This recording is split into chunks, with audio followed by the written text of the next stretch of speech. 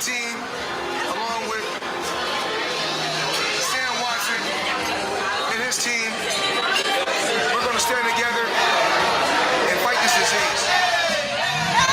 I come this way before, traveled through the open door. Circumstances navigated the path, and life happened oh so fast. No, it got lonely sometimes. You see, I know we couldn't make it. Even when I'm offbeat, I still land on my feet, and nothing can shake me, cause I know life took a hold on me. I never.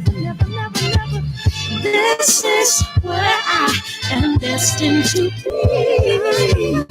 I'm not ready to give up. Never. I believe in the miracle of life. Life's a paper, no rehearsal. Learn quickly, they'll come for your role. Games can play, can't take it personal. Cause the devil is a liar. I'm telling you the truth.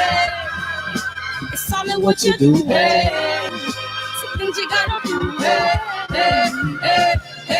It's fight for meal. Second, see the blessing in it. With much expected, much is given. When I made the living, now I'm giving back to children. Never let the power come first before your happiness. Yes, you can be the best if you go the distance. Mix a little sweat with your persistence. You know that the best things are never instant. Just shine, let them see it real. Get up, open up your eyes now. It's the moment of truth. No backing down. We're bringing it to life. For the children, it's a given. You gotta give it. Be a blessing. This my personal statement. Run the game like I'm ASICs. Learn and develop patience, determined to be the greatest. Yeah, bobbing and weaving, they changing up like the seasons. Indigenous to the grind, so I do it for all my people. Jabbing the competition, back up against the ropes. You fighting for recognition, I'm fighting just to promote equality where we lack it. While cancer slowing our road, I'm confident we'll make it. We focus on common goals. Yeah, give back, give love, giving something away. Never give up, stand tall to fight another day. 2 toes, 2 feet, I stand on the ground. I'm going back soon and fight this final round. Life's a paper, no rehearsal. Learn quickly, they'll come for your role. Games get played, can't take it personal. Cause the devil is a liar. Tell you the truth. It's all in what you do. Some things you gotta do.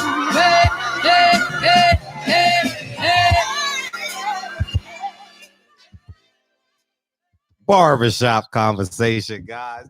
Hit the subscribe button if you haven't already, man. We vibing, man. We vibing. Let's turn the whole down. DB, South Central Zone. What it do, man? Sports 101, Omega Red, Young World, Kenny, Texas, Bubba 6. I ain't said Bubba in about 15. I got a cousin named Bubba. He probably listening right now. Outside of my cousin, I don't know the last time I called anyone else Bubba. Sweet baby Jesus, we made it.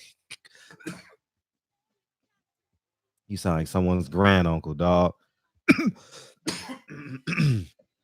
Oh, man. Fred, what's more important, fighting names or undefeated fighters? I don't know. You was a 7th pick in the draft, if I'm not mistaken. Where you, Will Purdue? See if I remember what college Will Purdue went to. A Big Ten school, if I'm not mistaken. No, what college did Will Purdue go to? Oh, my gosh. In the Midwest somewhere. What college did Will Purdue go to? Don't those damn jokers. Man, fighting the best and winning. That's the most important thing. If you can't do that, you in trouble. You know, that's kind of what Shawn Porter is up against, man. If hypothetically he takes that Triple B fight, if he takes that Triple B fight and he loses, what do you say about Shawn Porter's career if he takes that Terrence Crawford fight and loses? Vanderbilt. Thank you. Barbershop is open, y'all. I knew it was somewhere down there. But Vanderbilt's not Big Ten. What is that? They in the same conference with Kentucky. Mark Wonderlick, you early. You early, dog. You usually come in. You've been coming in a little late lately, if I'm not mistaken. What up, BP? Round Table Talk. What up? Pack your bag, dog. Pack your bag, Round Table.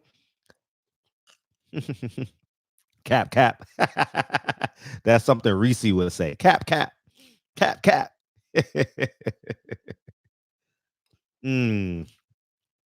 Yeah, man. But yeah. What do we say about Shawn Porter if he loses again? I mean, I respect the motherfucker. Don't misconstrue me asking this question with saying I'm disrespecting Shawn Porter. No way, not even close. But Porter lost to Brooke, Thurman, EJ, and Triple B. And you think he lost to Ugas and Danny. But what do you say about him? Is he a Hall of Famer? I'm just throwing the question out. I'm not saying he's going to win or lose, but, you naturally think about, even if you think your fighter is the best fighter in the world, you still think about him losing. I mean, come on, Vanderbilt, SEC. Thank you. Is Shawn a Hall of Famer if he fights all those guys, or do he need wins? No Hall of Fame. God, that sucks. To go that far and not make the Hall of Fame. God damn. Woo. He needs wins, huh? Wawa say he is a Hall of Famer. Porter will be. That's a great video coming. And I want to do that video to inspire Shawn. You know what I mean? He kind of needs that motivation, because I don't care what nobody say. When you come up short in these fights, man, it kind of weighs on you, dog. It's like, dog, I do everything. He has top-notch trainers. He's a hell of a competitor. Damn, I just hate for him to lose all these fucking fights. Vargas or Cotto? What do you mean Vargas or Cotto? He's Vargas Cotto came up short. Yeah, but Cotto's a Hall of Famer. He won some big fights. Nah, they got Gotti's in there because of HBO. That's all. That's the only reason why he's in there. HBO, them 3 fights. I swear. What up? What up, Easy? Man, I ain't never seen. I think Arturo Gotti bleeds when he puts on his gloves. Like his face just says no and just start crying blood and shit. You know what I mean? Like, I ain't never shoot your shit, Batman. Dog, I ain't never ever seen Arturo Gotti not bleed. It's kind of like, I mean, that's the worst bleeder I've ever seen in boxing, dog. Who's a worse bleeder than Arturo Gotti? Someone help me out. Who's the worst bleeder? Don't go 70s and 60s on me, because I don't know them niggas. Not unless they not fake, you know what I mean? 5-1. You gonna be the first call tonight? Beep. You gonna be the first call tonight? Lemon 10 to B12. Double check the details. Gotta cross my T's and dot my I's or I can't sleep well. What's popping, dog? What's popping? Big Fred, what's happening, baby? How you feel, man? You in the car? Yeah, I'm on my way to go hoop. So I had to call in early today, man. The wife let you out the house, man. Who signed your permission slip? Oh, no. I'm a grown man, dog. You gotta understand it, baby. You gotta understand it. I ain't gonna call no man delicious, dog. I'm a grown man, dog. I ain't gonna call no grown man delicious. Sorry, Mark Wonderlick. That joke went over your head.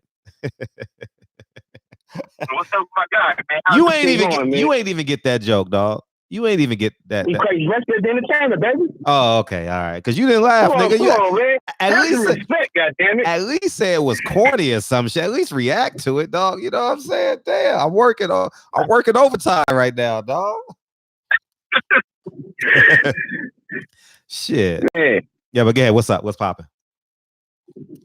So I really had to relook at a few fights, right? Okay. And that dude, Devin Haney, man, is serious, bro. He's special, dog. He's special. Real. I mean, this cat, man, he's unbelievable, man. Mm-hmm. When you watch his fundamentals. Man, and the thing is, people don't give Tank enough credit for being defensively sound, man. Tank is because he has a high guard. He catches a lot of work. I ain't gonna say nothing, dog. I'm gonna let y'all experience Tank. I'm gonna let the non-believers experience Tank because if I do a video on Tank once a week, people gonna say, "Oh, I'm a Tank protector." Because honestly, I don't give a damn who he's fighting in Atlanta. I'm just going to the strip club every night, dog. I'm just saying, and we can get 10 niggas together, nigga. We bring in the strippers to the hotel. That's all I'm saying, dog. Like that's all I'm eating. I'm eating every motherfucking thing. It's your call, man. Come on, I'm getting excited. But go ahead. No. It's all good. Mm-hmm. But he don't get enough credit for being defensively sound, though. Uh-huh. You know what I mean? People like, all he do. See, this is the thing. When you knock people out, people don't look at your other attributes, man. Mm-hmm. This cat is defensively sound. Hey, man, y'all got to shut up, man. Y'all don't see me on the phone, man. Hello? Uh-huh. Oh, they disrespecting you in your car and they changing the radio station. But continue. Go ahead. Yeah, but the dude is defensively sound, man. Like the way he dodges punches, the way he blocks punches. Mm-hmm. Yeah. And he's coming in there with bad intentions every time. Yeah. That's the difference between he and Shakur, I think, is the intentions. I think his intentions are worse. Oh yeah, for sure. He trying to he like a shark, man. Yeah, he is. Did you kick them niggas out the car? Nah, man, we gotta go hoop, man. hey, I ain't gonna front. Hey, you know what he said? He said he called in before y'all niggas got in the car. He said, I gotta go pick up these bitch ass niggas, man. He said he called.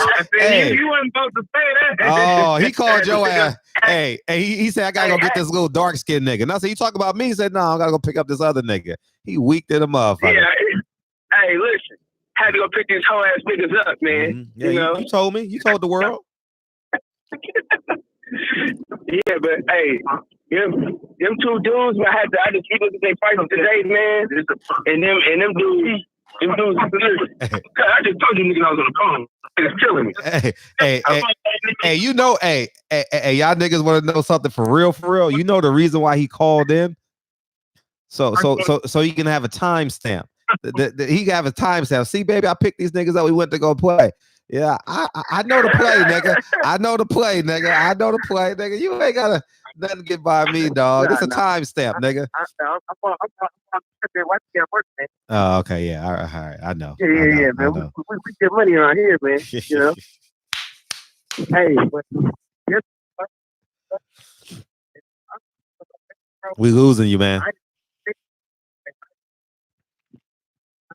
We losing you. Damn, I want to finish this call too. It was getting fun. I got 3 niggas in the car. Damn, you gotta call back in. That shit get bad. What score of the Laker game? Why am I asking y'all niggas? I got a computer right in front of me. 234. What's up? Excuse me, I'm sorry. Ain't nothing, Fred. Hey, man, Fred, don't be doing that shit, man. What's that? If niggas is calling in to establish alibis and shit, you can't be damaging the package like that. I was fucking with him, dog. But yeah, I got you. I know. You're right. You're right. Nigga, I done fucked up again. Nah. But actually though, in reference to what homie was saying, because I ain't gonna lie, I was gonna call in later, but he kind of sparked the thought for me. Yeah, man, yo, Tank. I think that you know how like all those young black fighters at the 130, 135. I push Shakur in there, you know, he's at 126, and Gary Russell. They all throw really quick. You know, they got fast twitch muscles. They throw fast punches. Mm-hmm. But Tank throws at the same speed as them, but his work come with a lot more damage. Mm-hmm. Like I was looking at when he throws body shots and even some of the head shots, like in the first and second rounds. Look at how pink those people's bodies be already, or around their eye, the swelling. It's quick. You don't really if you don't really pay attention, you don't realize oh shit, this is already some good damage done right there. But it's because I seen that Tank, he was going at it with Josh Taylor at 140. I don't know about the weight classes and stuff. I'm always get intrigued when people jump weight, but I was on what is it, Ness, the boxing voice. Yeah, I missed that I was this listening morning. to their stream. Yeah, so and basically, I was listening to them. Some people, as far as Ness, he was saying that it was a logical thing. He was saying you got to figure if Eddie Hearn was already offering Tank upwards of $5 million to fight Tevin Farmer, what do you think they would give him to go fight Josh Taylor after that performance to jump 2 divisions? He's that's a fight. Tank could realistically get $7-8 million to fight this dude over there, and Tank has the skill set that you can't just dismiss him. A lot of the callers was calling in and being negative, like Tank is clout chasing or Taylor wash Tank. But I was sitting there and I was really thinking yo, everybody acting like he's just some powerful little dude. Tank is very, very skilled. He is defensively sound, like the dude said. And I don't know, man. I just wanted to call in and shoot the shit about that. I'm gonna hang up, but if you get a chance, I forgot about that. Run your thoughts about that topic. I was definitely, when I first seen it earlier, you came to mind. I was like, shit, I wonder what Fred think about that. I actually like that fight, dog. I actually like the fight, but I'll say this. Tank is the clout chasing motherfucker online, dog. You know what? I ain't mad at him. I ain't mad at him. Fight coming up too, man. Yeah, because the nigga 20-something years old, man. Wait, 23, 24 years old, man. You know what I mean? He mistake popping bubble gum for popping guns and shit. You know what I mean? He one of them type niggas. But at the end of the day, man, I like Tank, dog. He's a special talent. He's a special talent. I think he be sitting back in the Baltimore just come out of him and shit that you and I would probably say to the niggas around us. He put that shit online. Somebody was probably talking about the Regis Taylor fight, and he probably man, I stopped that motherfucker and then put it online. Big facts. You can't do shit like that. Big facts. But all right, Fred, man, you be easy. I'm gonna go listen to the rest of the show. All right, appreciate you. All right, later. 740, what's up? Yeah, so I got a quick few questions here about H Money. I heard you've been ducking the dude, man. Is it true? Who is this? I don't even know who that dude is. Don't waste your time. You know who he is, Don't man. waste your time on this show. Don't waste my time, man. You know what you were up to. Once you speak to man, you folded when he was confronting you about what was going on, and now you shaking. You scared of the man. I'm very scared. H Money, Mr. DAZN's taking over, and you know it. I'm afraid of him. Enough said. I'm afraid of him. What more do you want me to say? You can sit here, run your mouth. I don't even know who the man is, but I'm afraid of him. Taking over the fucking game.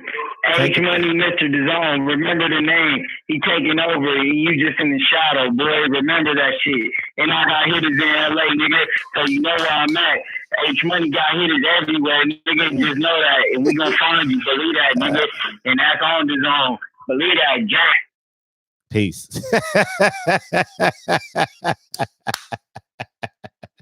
Oh my God, man. You can't make this shit up, dog. You can't make this shit up, dog. What up? 865, what's up? What's up, Fred? Everything, man. What's popping, dog? Showboating sports. You know how they say, I rode solos from state to state. I'm just trying to get it how y'all niggas get it. Facts. What's popping, dog? Man, nothing much, man. Hey, man, I want to address this back on topic when you guys were talking about Tank? Terrence Crawford. Oh yeah, go ahead. Feel free. Versus Shawn Porter. Man, I think that's a must fight, man. I agree. That should have to happen. But the only thing is, what are your thoughts on this, man? You know how they keep saying how good of friends they are? Do you think that Terrence Crawford can bring the noise to Shawn Porter like he would to somebody else since they saying they so cool? I don't think I'll be honest. I don't know how close they are. I never hung out with Shawn. I hung out with Kenny Porter. I don't really hang out with the fighters. I always hang out with the trainers. And so I don't know Shawn per se. And I've never been in the car with Shawn where he's living his daily life and he's, you know, you take phone calls and shit and you know who's on the other line. I've never done that with Shawn, so I don't know how close they are. But I will say this: if they gonna play pity pat, the world gonna see it. You know what I mean? The same way Shakur did it, and we're gonna murder their ass if they play pity pat. Because we've never seen Shawn Porter play pity pat. I'm being honest. We've never seen Shawn Porter play pity pat. And I won't have to make a video one. I'm just gonna sit back and watch everybody talk about it, you know. But Shawn's a dog. I don't know if Triple B's a dog. I have no idea. But at 147, you know, against that level of opposition, you know. But I'm eager to see it come to fruition. You know, I'm definitely eager to see it come to fruition for sure. Man, I'm 100% in on that fight. And I think that's a must-have fight. And the biggest thing for me is that it tests. Everybody knows it tests Terrence Crawford. It tests Shawn Porter, but also it puts everything in perspective. You know, because Terrence Crawford hadn't been tested in that weight class. He hasn't. I agree. And I think that's a good coming out party. Huge coming out. Huge. It makes perfect sense for boxing, dog. You know what I mean? I feel bad if Shawn Porter loses because it's like, I mean, even if you root for and against him, I'm pretty sure everyone in the chat or listening to the show has a soft spot for Fernando Vargas. I even told him, dog, why didn't you rob the bank a few times? Let your brain heal. You know, he took these motherfuckers back to back to back to back. You know, and he's suffering from it now. You know, he stutters a little bit now when he talks, and he even told me in an interview he don't remember the Felix Trinidad fight. He has no recollection of it. You know, and he said he went to the hospital after, and that's the last thing he don't remember nothing. So, you know, he got some black spots in his brain. You know, and if Shawn keeps on having these wars, you know what I mean? Like, damn. Let me ask you this: when you say these wars and stuff, do you think Shawn is taking a lot of punishment? Yeah, he takes a lot of punishment for sure. He has to. His style. He is no way. I mean, it's just who. Yeah, he takes a lot of punishment. Yeah, you can hear it. Like, you can hear it in the speech a little bit. You understand what I'm saying? Like, he kind of pauses on the T's and the S's and stuff like that, and you can see like kind of like he talks like he has a stuttering problem sometimes. You know what I mean? And it's he takes a lot of punishment, dog. He wins a lot of fights. He got there, but he has to fight so close to win. You know that you gotta catch return fire. You know, and that's the style he chose to fight with. You know, he's definitely. I mean, he's light years away from Brandon Rios. If y'all want a comparison, you know what I mean? You know what I mean? Right. You know what I mean? So, but I will say, yeah, he's definitely taking a lot of punishment. I think he should fight maybe twice a year, maybe Shawn Porter, you know, just because of his style. And he's only fighting A-level fighters. Now, if he was going up and down, yeah, but if you're going to go from Errol, Spence to Terrence Crawford, well, I mean, come on, y'all. No one has a tougher schedule than that. If you're going to do that, dog, like, you know what I mean? We're going to appreciate him, but when we're 45, we're going to forget about him. You know, we're going to appreciate him now. But 45, you're like, honestly, you ain't gonna want Shawn Porter's autograph at 45. You're gonna take a picture with him and keep it pushing if you see him in the fight, you know, if you got the time. Right now, I'm hoping Shawn Porter cashes in. That's what I'm hoping for that guy. I think he's put a lot on the line more than I think Danny Garcia and Keith Thurman, because they running. I think they did a lot of dodging. You know what I mean? So to me, if he loses to Terrence Crawford, I really don't lose a lot of respect. I mean, push him down. I put him higher up because depending on how that fight goes between him and Terrence Crawford, it shows you exactly where Terrence Crawford sits and where Shawn Porter sits, right? Sure. So you can't pull him down if Terrence Crawford is the truth at 147. No, you're right. You know what I mean? Yeah. So I think it's a must do, man. I'm going to get off your line, man. But I just want to touch base with that, man. I appreciate you. Yeah, we can talk about now, man. And one thing I want you to address on her, just one quick thing. I want you to address in your thing. Yep. About that this is a real sport, man, and people are treating this like it's something other than a sport. They got into the sport to see who's the best. And we all agree to that, right? Sure. So they starting to act like, I don't want to fight this person. I don't want to fight that person. Man, you guys all knew what you got in it for. It's no friends in here. Friends feed each other through combat, right? Yeah, that's what I say too. That's exactly what I said. All right, I man. was debating with someone in the chat yesterday. You should watch yesterday's show. I was debating with someone in the chat yesterday about that. Michael. I was Michael Woodard. I was debating him. Well, we all were in the chat yesterday, man. You know what I mean? So yeah, man. So I'll go back and check that out, man, because you know who drives that home all the time is Derek James. okay. He drives that home. Yeah, he talks about it all the time. If you love me, you'll fight me. You feed your friends. Yeah, if you love me, you'll fight me. He says that all the time. Yeah, there you go, all right, Mr. Fred, Fitness. Yeah, I'm off your line, man. Appreciate you, bro. Have a good one. Yep. If you love me, if you love me, you'll fight me. Yeah, man, and that's nothing but facts, dog. I'm looking at 154, and I'm like, shit, we don't need that motherfucker that got WBO belt. I don't even know his name. I done forgot the guy's name. Who's the guy at 154? I don't even know his name. Lemo test the V12, double check the details. Gotta cross my T's and dot my I's or I can't sleep well. Let me bring you in. V12, double check the details. Gotta cross my T's and dot my I's or I can't I sleep well. can't sleep well. Hey, niggas off of retail. Once again, I prevail. That's right, nigga. Hey, hey, but look, on some real shit, Fred. Man, all the calls been amazing tonight so far, bro. Like really, really good contrast to calls so far, man.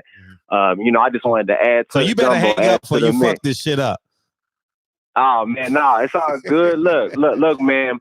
I just want to touch on a couple different topics. One, number one, Wilder. That video that you made a tribute with his brother that was dope on Instagram. I saw that shit was dope. Yeah, that shit hit my heart, dog. That shit hit my heart. Yeah, man. Yeah, that was tough with you. That was tough. When it come to Wilder, man, do you think that he can get it done? Because I saw on his Instagram today he put up he was gonna retire undefeated, retire undisputed, and retire with all of those belts, man. Like that would be just. Listen. I mean, if you want to set yourself apart from all the heavyweights, I think that's the number one way to do it. No, don't get me excited right now, dog. Don't get me excited. No, I'm just saying. That's what I saw today, and I was shocked. Man. I was like, "Damn, that's tough." My anxiety is already kicking in, dog. It's not even November yet. My anxiety is kicking in, like for real. Right. And I got a treat for y'all. Oh, I already told you I'm going down to Alabama, so it's no treat, it's no surprise. But hey, man, when you go down to Alabama, please do man. You know what? Because you like the king of documentaries, bro. Man, bring a team down, man, and just get like a whole vibe, a whole feel, like a good, I don't know, 45 minutes to an hour documentary of him, his brother. You know what I'm saying? Family and shit. That'll be dope. Okay. Hell yeah. I'll see how much time he offers me. I'll see how much time he offers me, and we'll go from there. That's dope. I can hire. That's dope, I man. can hire a videographer while I'm down there. Right. You know what I mean? Yeah, for sure. Yep. Yeah. Number two topic, man. This is something that people don't bring up too much, but I wonder if there can be some type of agency for these fighters, man. Because I feel like basketball, they got an agency for them, I'm talking about NBA, of course. College starting to, do things a little bit differently. So I wonder when it comes down to boxing for the pros, could there be something where, these fighters get some type of compensation? Because I'm talking about the ones that actually put on like actual great wars, great fights for us. Yeah. Because we never talk about that. Like, we quick to be like, yeah, man, he gave it, his all. And then when they retired, just like you was bringing up with Fernando Navarro, a lot of people are like, get out of my face, or, you know what I'm saying? You shot, you done. And that, I just don't feel that's right.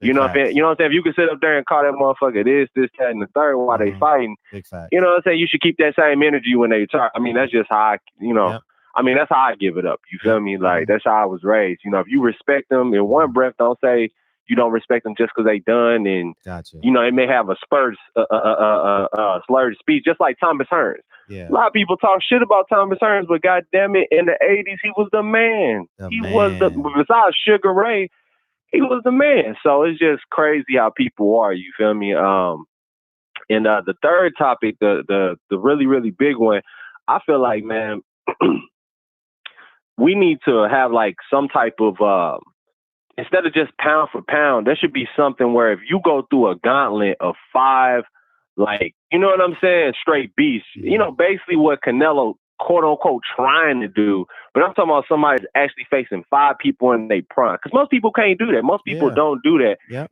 But if you can face 5 people in their prime, and I'll say within a 3 to 5 year span, that should be a motherfucking belt or some shit for that. Because people don't do the 80s shit no more. People don't do the 70s shit no more. I feel like that's a missing element. And if you bring that back, I feel like people would be like, well, shit, I want to be that. You know what I'm saying? Because everybody already want to be champ. Am I right? Am I wrong? Mm-hmm.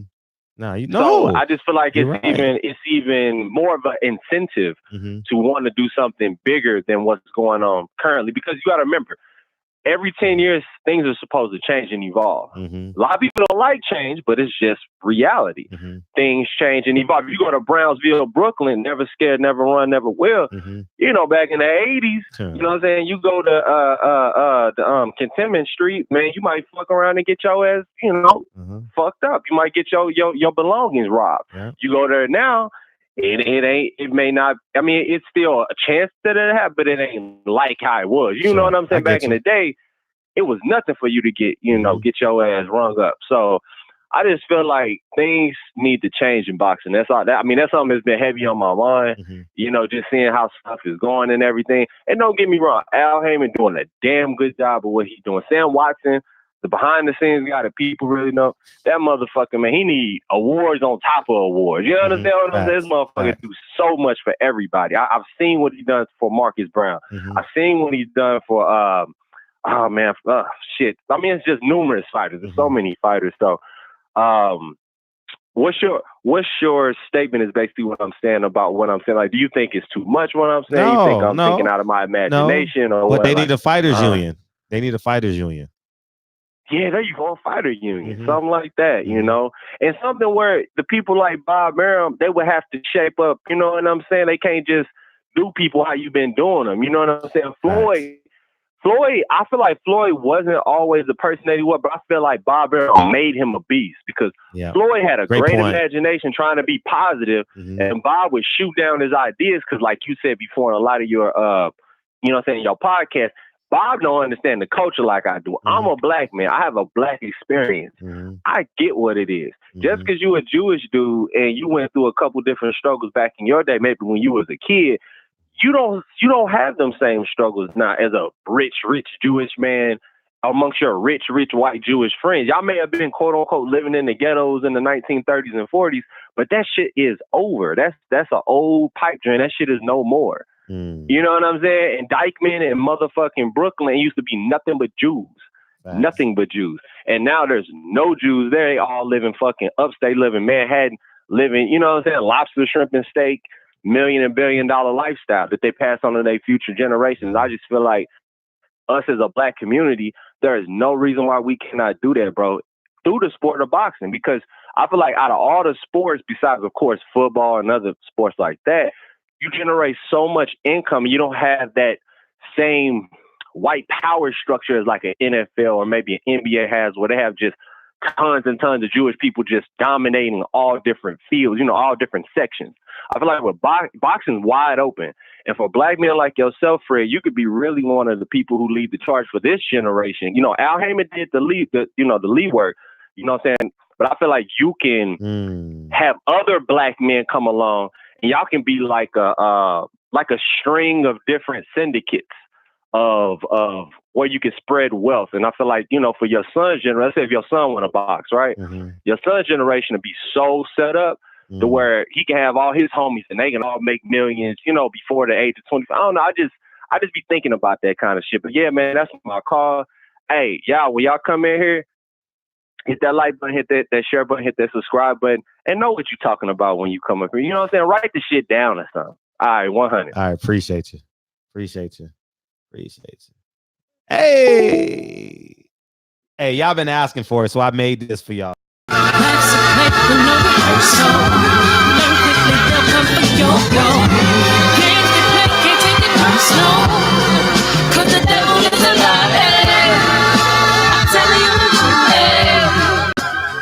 What you're doing, some things you gotta do. What up? Who this? Hey. Man, Who this? I'm the professor in your heart semester. What's up? How you feel? I'm all right. Shoot your shit, nigga. We vibing tonight, nigga. Don't bring us down, nigga. Take us to another level, baby. What's up? Well, why haven't you realized this yet? Get on your A game. Okay. Did you realize what month this is? It's October. Nope, you didn't. Took too much time. This is October. Yeah. You know what's so significant about that? No, good. Teach me. That means we right at 2 months left in this decade. Let me ask you this question. Please. How would you rate this decade of the boxing performance versus the 70s and the 80s? Oh, man, I don't know about Just the another 70s. point to this. I don't know about the Give me that 70s and real quick. 80s. Yeah, matter of fact, you ain't got to answer. You can do that after we hang up because I ain't going to go past 3 minutes. Reason why I brought that up is, you know, we been discussing all the matchups, all the prominent fighters coming up, who should be fighting who and who's not fighting who. Mm-hmm. Besides Deontay Wilder and Floyd Mayweather Mm-hmm. in this decade, them are the only two that really, really stands out when you really look at it. There's no knock to Spence, no knock to Triple B or none of the other fighters. Mm-hmm. But look at all the fights Sure. that they could have done in the past 3-4 years that just passed. Mm-hmm. All the big mega fights that didn't happen. And we only have 2 months left in this decade for those fights to happen. And will they happen? Okay. No. And I never thought about that. That is 2 months left in a decade. Exactly. Yeah, but thanks for reminding me. I'm getting old though. Really gets It's my 3rd decade of boxing, dog. Anyways, go ahead. That I can remember, you know, like from a conscious perspective. But go ahead. Well, it's just in comparison. There's been some. That's a tough question because I would have to sit down and think about it because I honestly would have to go through like 2010 because I done forgot who fought in 2010, 2011.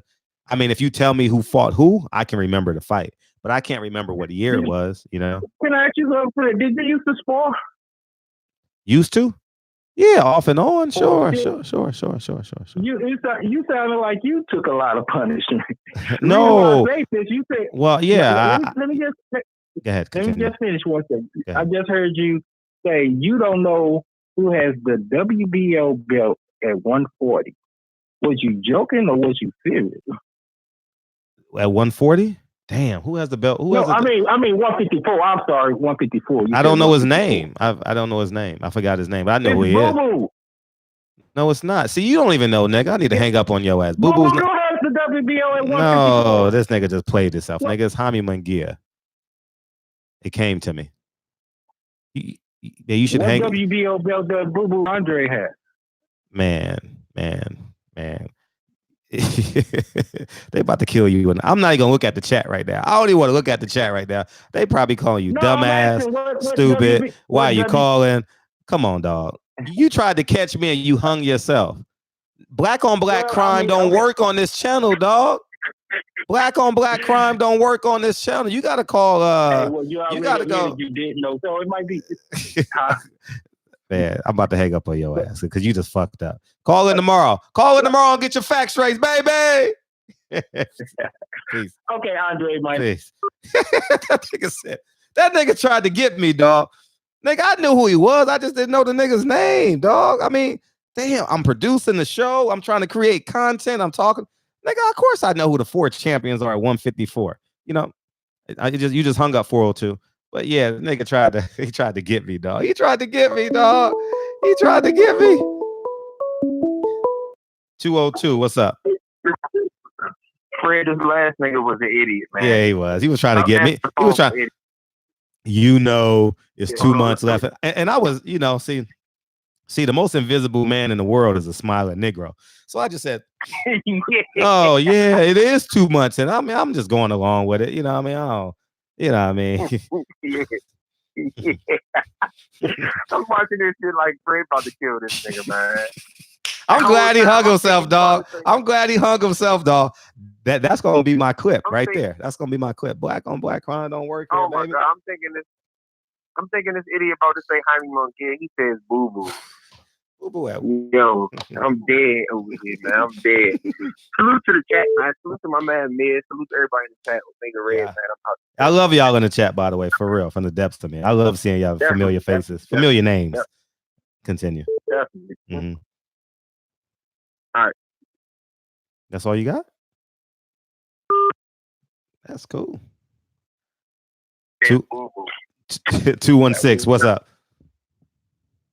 What's going on, Fred? How you feel? Frank White Who's this?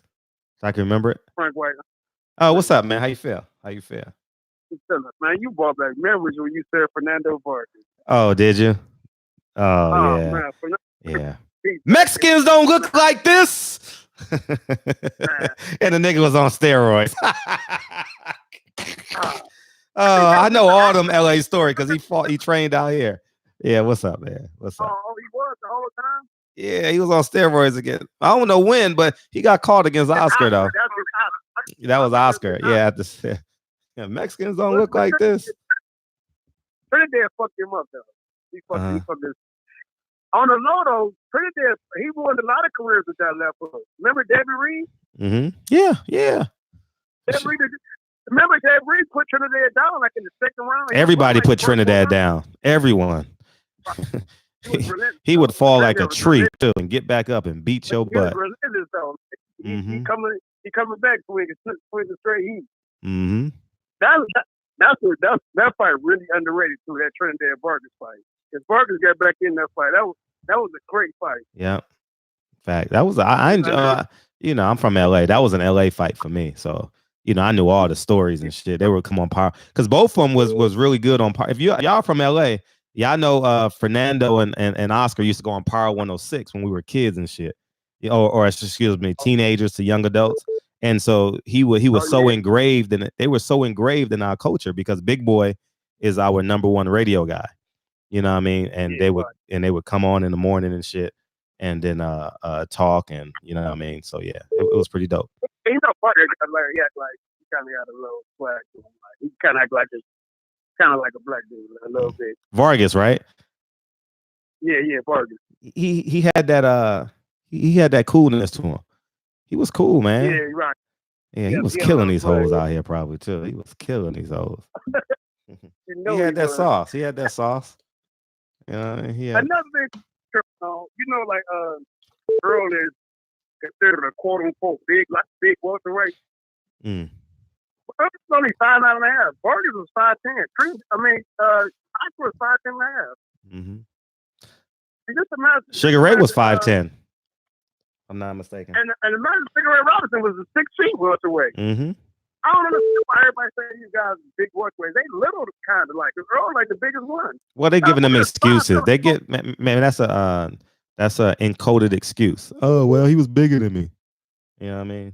Just fight. You know what I mean? You make the weight, you fight. That's it. You're absolutely right. Sean is 5'7". I don't remember a great 5'7". I'm quite sure there is some, but I can't remember a great 5'7" welterweight as Sean is. Mm-hmm. And I wasn't a big Sean fan, and I'm from Cleveland. But this last fight, oh man, he earned it for me. I was so impressed with him this fight, man. I mean, you and I believe for 9. Y'all been talking about how athletic Sean was. And I didn't see it though, because like he crawled his punches inside, and he, I respect his relentless, his heart, and he is relentless. But I didn't see the skill. But this fight right here, I seen it. He fought a hell of a fight, no doubt. I don't believe no other welterweight could have beat him that night. No, maybe Bud can beat him, but that night he couldn't have beat him, man. He was great that night. But Earl's the only person that could have beat him. Mm-hmm. And I don't understand how people talk about Earl got exposed. That was like, man, you fighting Shawn Porter. Man, don't even listen to that shit. Those are Triple B fans. No, he's fighting he's fighting the second. He's literally fighting the second best welterweight in the world that night because he lost. He's the second best. Yeah. he's fighting the best Shawn Porter ever was. Absolutely. Man, that was he was.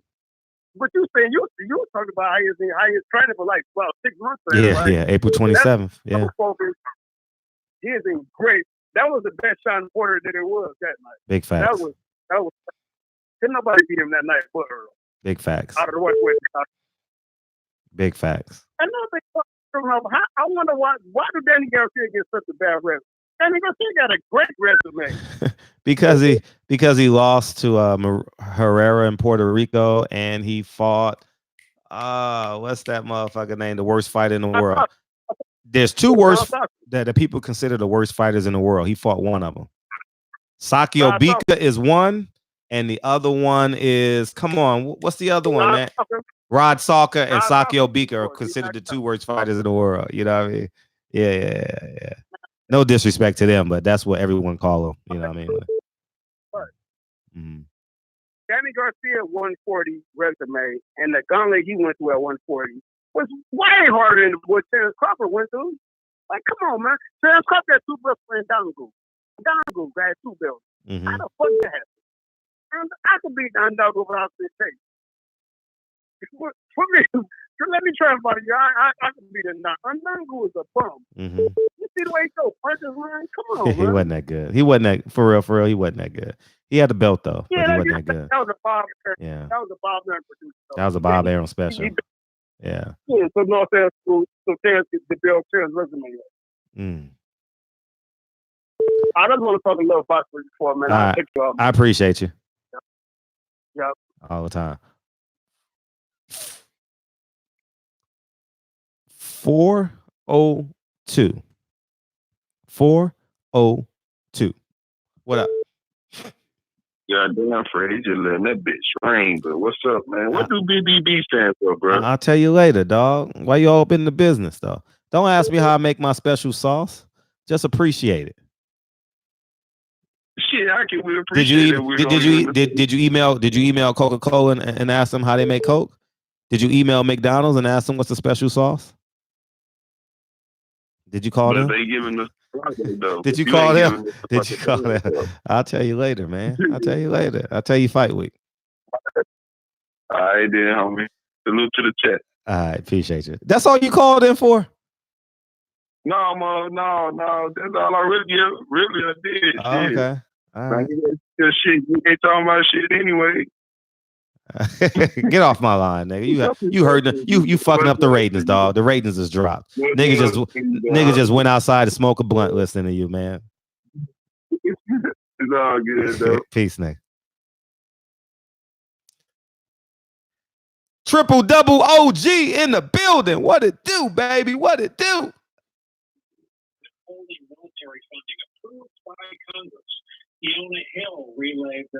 This nigga watching the 11 o'clock news. OG. Nigga, I watch everything. What's up? What up, dog? Look, why everybody so stupid? You fighting Triple B. Mm-hmm. That's Bo, Bob, and Bud. God damn! I said, how many bees round his ass? I'm on 10th to B12, double check the details. Gotta cross my T's and dot my I's or I can't sleep well. It's on you, dog. And I heard somebody mention something earlier about the fight in the 70s and the 80s. Let me tell you about the 70s. And going into the 70s. Hey, you got a flat screen? You got a flat screen or a floor model? I got a flat screen. Okay, just asking. Niggas was wondering. No, they was wondering. They in the chat, dog. They just want to know. No, they just want to know. Oh, they want to know. Ivory Webb, what it do, baby? What it do? Tell them they want to know some dumb shit. Tell them this. Go look on my Facebook page if they want to see something. I used to want to get like you sometimes, and floss on them. I said, nah, I ain't gonna do that shit. Look, one of my hoes got mad at me. I gotta go to work, and you sitting there with 4 cars, and I was going, the car you wrecked, I bought you that. Oh, so, man, you out here buying cars. But you done wrecked. Yeah, I'll buy you a car. I ain't gonna buy you no goddamn. I'm buy you something to get you around, make sure it's nice, because you know I got connections, you know. Yeah, TV but guys. Shit, I'm not. They said your TV. They said, I got the car. hey, OG. Basically got the car. OG. They said your TV got 3 channels.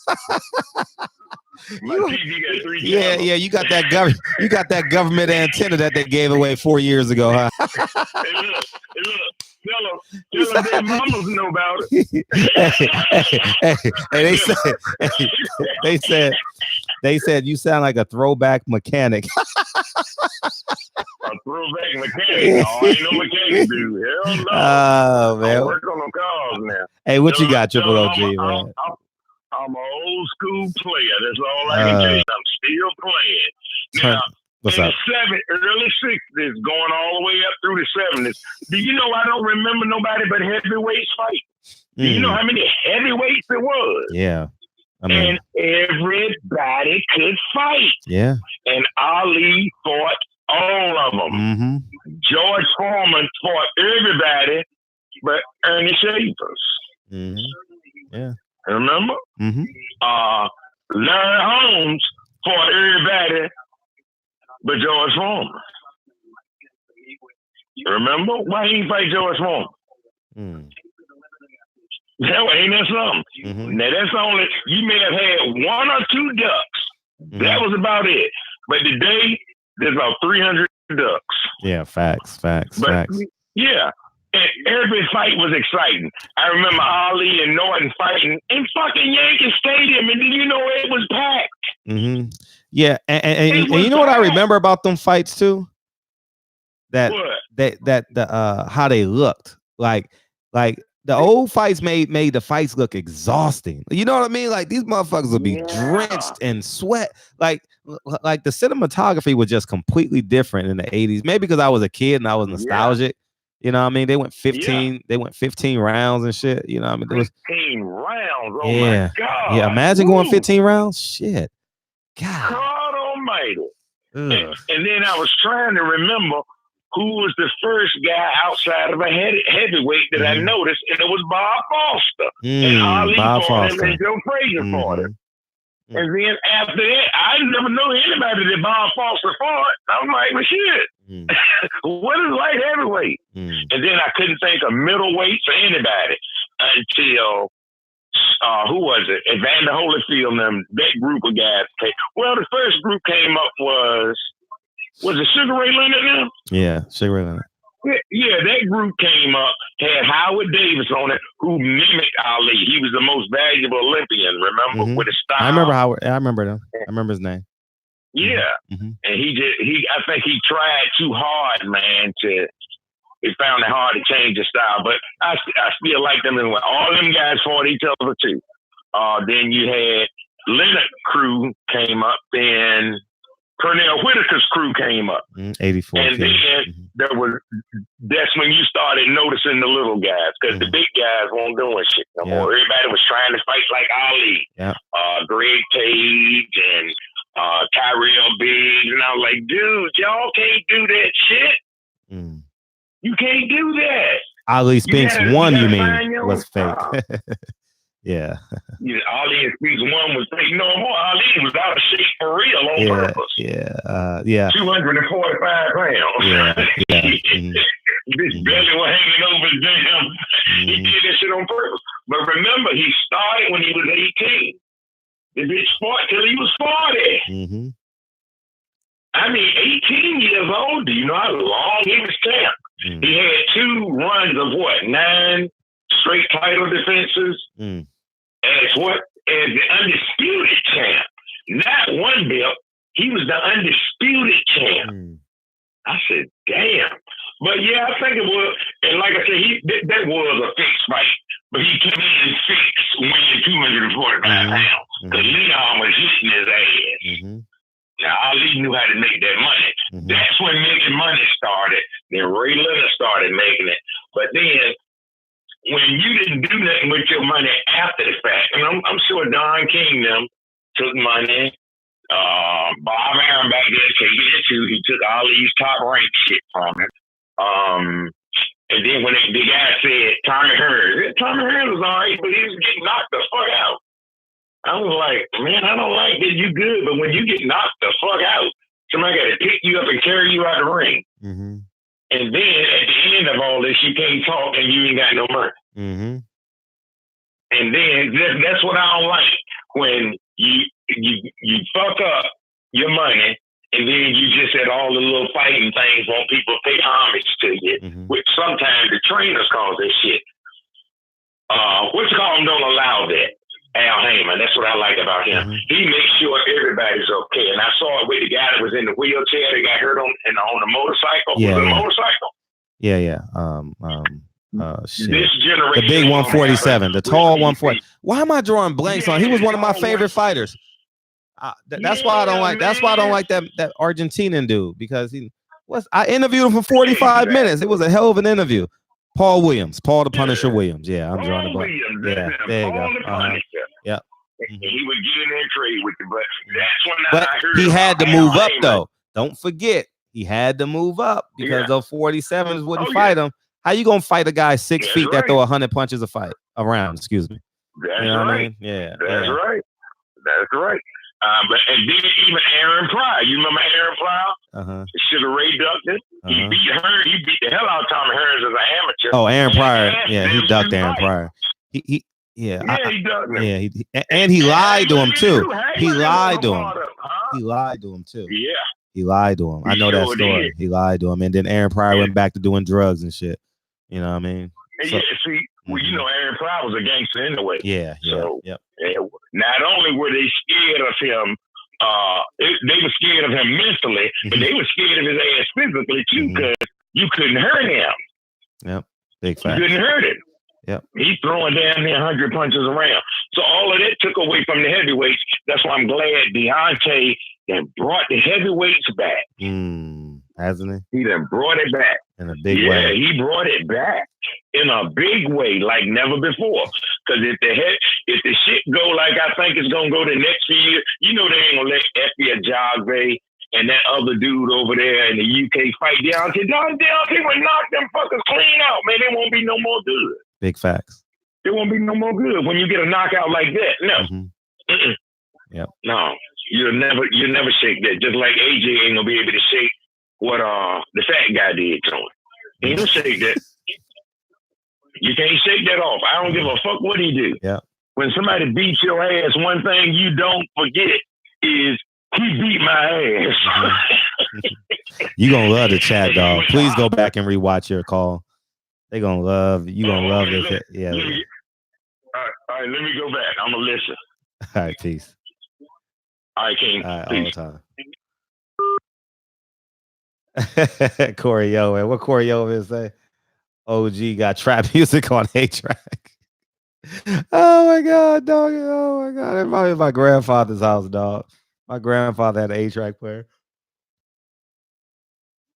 Listen, after he beats King Kong Ortiz, who I think is his toughest opponent, I'm being real.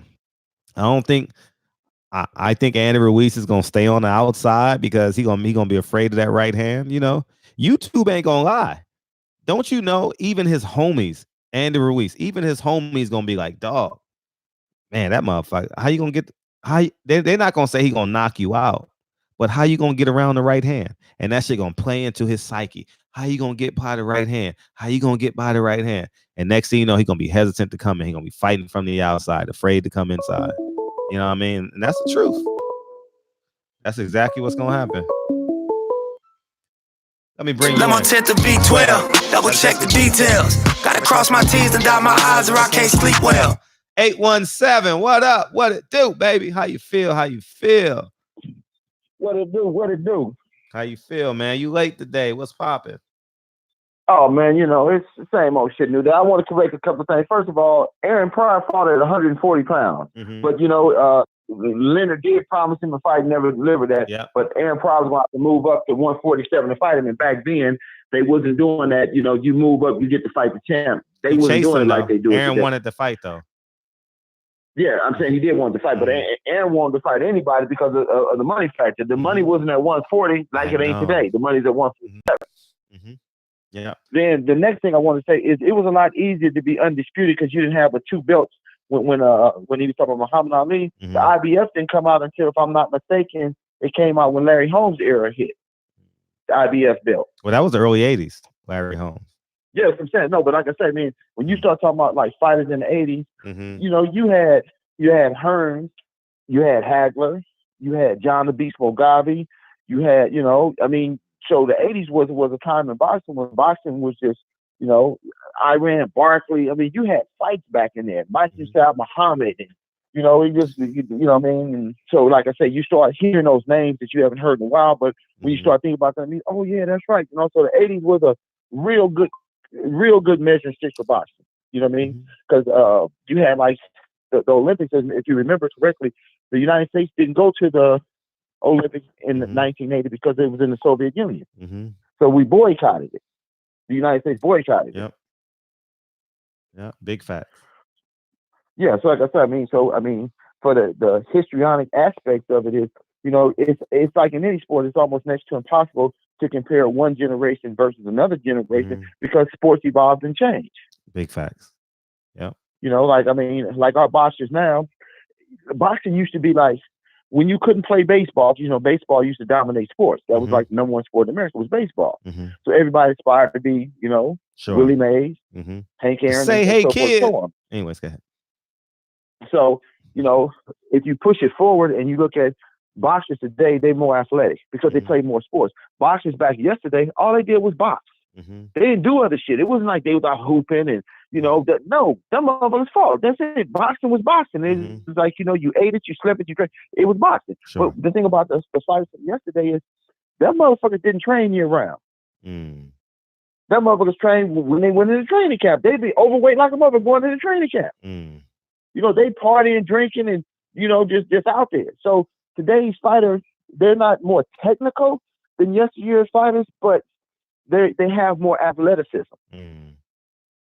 And they understand their bodies a lot more. And so therefore, you know what I mean? Like I say, you think about if Muhammad Ali had a personal trainer that understood nutrition and everything else. Okay. So, I mean, you know, like I say, so just the evolution, the way that things change, you know, is the football players better today than they were back when Walter Payton was playing? You know, that's open for debate.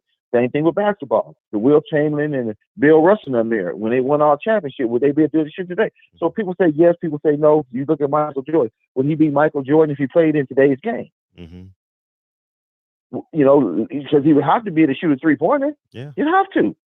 You're right. Now they So shoot that 35 would a automatically game. change a certain facet of his game. So that's what I mean. Like I say, it's just real difficult when you start comparing eras when it comes to any sport because the newbies are always going to believe their generation is better. The old school is always going to believe our generation is better. The natural maturation of things. Yep. Big facts. Yeah. And then I've seen today where Triple B say he willing to mix it up with Shawn.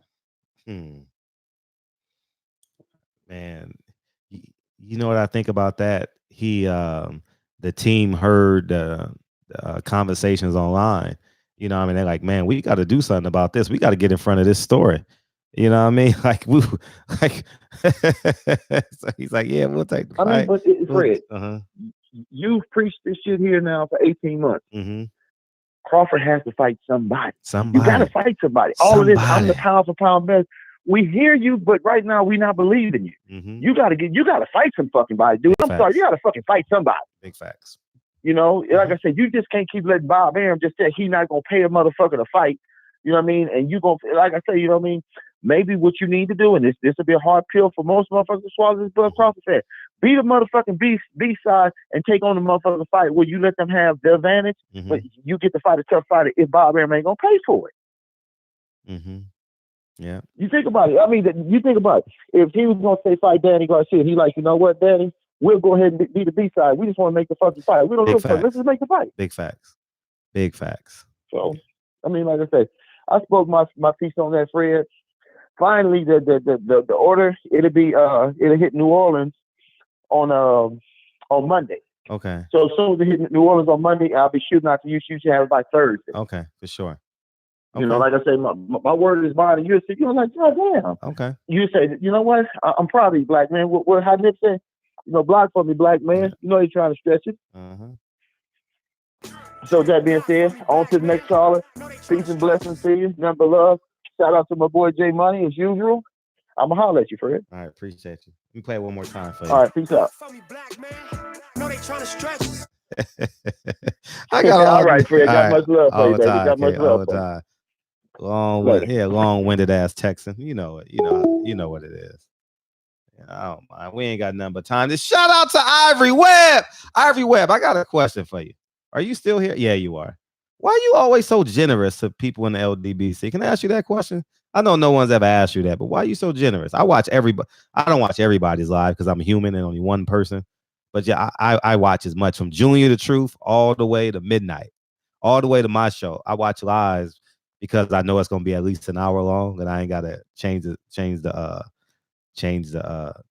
video. Why are you so generous? If you don't mind me asking, Ivory Webb, why are you so generous? Call in and tell. I want to know why you so generous. Call in, Ivory Webb. Why are you so generous? We've never even heard your voice before. Why are you so generous? I'm interested. Why are you always so generous? Every day I see you sharing and giving and keeping the chat alive. I'm just curious. Nothing big. Yeah, I saw the funeral. Yeah, it was amazing. It was, because Salute King 214. What it do? Hey, Fred. What's up? I got a question to ask you, man. Everybody be saying Canelo this, Canelo that. Yep. Can you answer one question for me? Yes. I know even I think I've heard you say it too, like he's a good fighter, woo-de-woo. Tell me the one signature fight he had, like Floyd had with De La Hoya or such and such that made his career that he was challenged. Can you tell me that? Because I'm getting sick of everybody saying he's good at this. Floyd kicked his ass, he got better. You supposed to get better out the ass whooping. And he was young enough to get better. You know what I mean? Like, what was he supposed to do? Go backwards? He's 21, 22 years old. You know what I mean? Yeah. Man, you just ignore that shit. Because I was listening to Buddy McGirt because the color of the fight really got me interested because everybody's saying what he's going to do like Andre Ward. Everybody must fucking forgot. He ran from Andre Ward. Everybody did. Everybody did. Like they slipped him. I'm like, what he supposed to do? Oh, he beat Color. What he gonna call Andre Ward out? Dre ain't lost since he was 14. Like, get the fuck out of. Excuse me. Like, people just really sleeping. And like Terrence Crawford, like I give him respect for the condolence. He shout out to Errol. But like, what is his signature fight? He ain't had no competition fight. Really, the signature fight. Like they said, Earl was gonna be Kell Brook. Like everybody stepping up. Shawn even stepping up. Like I discredited Shawn. He did a good job against Earl. Like, you know what I'm saying? The footwork he had was real good. Like I give him his card. Like everybody stepping up. Like, nah. But back to your regular program, man. I just want to speak that. I thought you probably had somebody on that I probably missed Canelo whoop because everybody's saying he's the franchise champion. You want to keep it real, Canelo's really the welterweight champion of the world. Yeah. Yeah, you can say that. He's really the welterweight champion of the world, man. You know what I mean? That Canelo weight was real for 2 years, man. Damn. He got away with bloody murder, dog. Didn't he? And ran from Charlo. Yeah. Ran from Charlo, won't give Andrade a shot. Yeah. Big time. But thank you for the call, man. And tell the Canelo haters, because Canelo supporters, get behind a real champion. Get behind a real champion. Al Heyman, baby. You know what I'm talking about it. Yeah. I'm out, Fred. I appreciate you. Yeah, I heard you. I saw what you said, Reggie Owens. She's so giving, though. Like, you know what I mean? Like, sometimes you just want to stop people and just give them. I wanted her to call in so I can give her some flowers. You know what I mean? If I wish I had her address, I would definitely send her some flowers. For sure. I mean, she's in everybody's chat. Like, damn, it's just beautiful to see. And I'm, you know what I mean? I don't know the correct question to ask, you know? So you got to help me with that. How do you phrase that? Do you just say thank you and keep it pushing? But damn, in like 4 screens. It's cool though. But yeah, man, she's just so generous. So, but yeah, man. Yeah. Canelo's really the welterweight champion of the world, man. You know what I mean? He's the real welterweight champion. Oh my gosh, man. Nah, just let it be. I got it. I got you. I got you. Let it be. Generation's version of hip hop should be called something else. Yeah, man. But what else we talking about? What else y'all want to talk about? Hey, 202, what up? Hey, Freddie's back. Who this? Play my block for me, Spanish man. What my block for me, Spanish man at? You. Block for me, black man. No, they trying to stretch. What's up, man? Hey, nah, man, stop that Canelo stuff, man. Y'all can't keep talking about Canelo ducking and running and all this other stuff, man. Charlo just said. So is he hiding? If you don't want to say ducking, is he hiding? Okay, so let me ask you this: is Charlo hiding for not wanting to fight Andre? They had a fight scheduled at 54. I don't know if you know that. I actually covered it. That was Jamel Charlo, Fred. No, it was Jamal. Nah, it was Jamel. Jamel Charlo. Okay, if it was, I said I have to go back and look at it, but I remember it was. Jamal just came out and said, "It's no what he need to fight Andre for. Andre ain't nobody. So if Andre ain't nobody to Charlo, then why should Andre be somebody to Canelo? Yeah. Or if he can say that about Charlo, then why can't if Charlo can say that about Andre, then why can't Canelo say that about Charlo? I have an idea for you. You and Batman should get together and do a video. Batman is a huge Batman. You and Batman do a video. How about y'all do a video together? Because you're not convincing nobody tonight. He's a drug cheat, dog. Hey. It's nothing you can say. By the way, I love you, Ivory Webb. Thank you. I just read your comment. Thank you, Queen. Hey, listen. He's a drug cheat, and it's only 18 months ago. You know, your wife ain't gonna forgive you for throwing away a check and having a drunken night on a Friday night. You think 18 months to do that? It's gonna take a little bit longer. Okay then. Okay. If she ain't gonna forgive you, we not. The cheating thing, I get it. But come on, man, that man skills speak for itself, man. The man skills speak for itself. I get it, and don't get me wrong, I fool with Big Charlo, Dose 513. What up? I'm just talking over you like Clue. That's all. I see. But man, DJ Clue, Funkmaster Facts. Who else I'm talking to? I'm just talking over your ass because you know what I mean? Because this is what I want to tell you. Shit, you over here in my ear like Clue. Nigga, don't you see these wagons in here carrying these heavy loads, and you want to talk about boxing? Niggas, you see these heavy wagons in here? They got heavy loads, nigga. We don't want to talk boxing today. We ain't talking about Joette Gonzalez, big brother today. We ain't talking about him. Canelo, he the big brother now. Yeah. It all starts. It's all Canelo's fault. It's Canelo's fault that they disowned their sister. Blame it on Canelo. I know Mid probably killing me in the chat right now. He called me the cinnamon lover, but it's all good. That's my guy.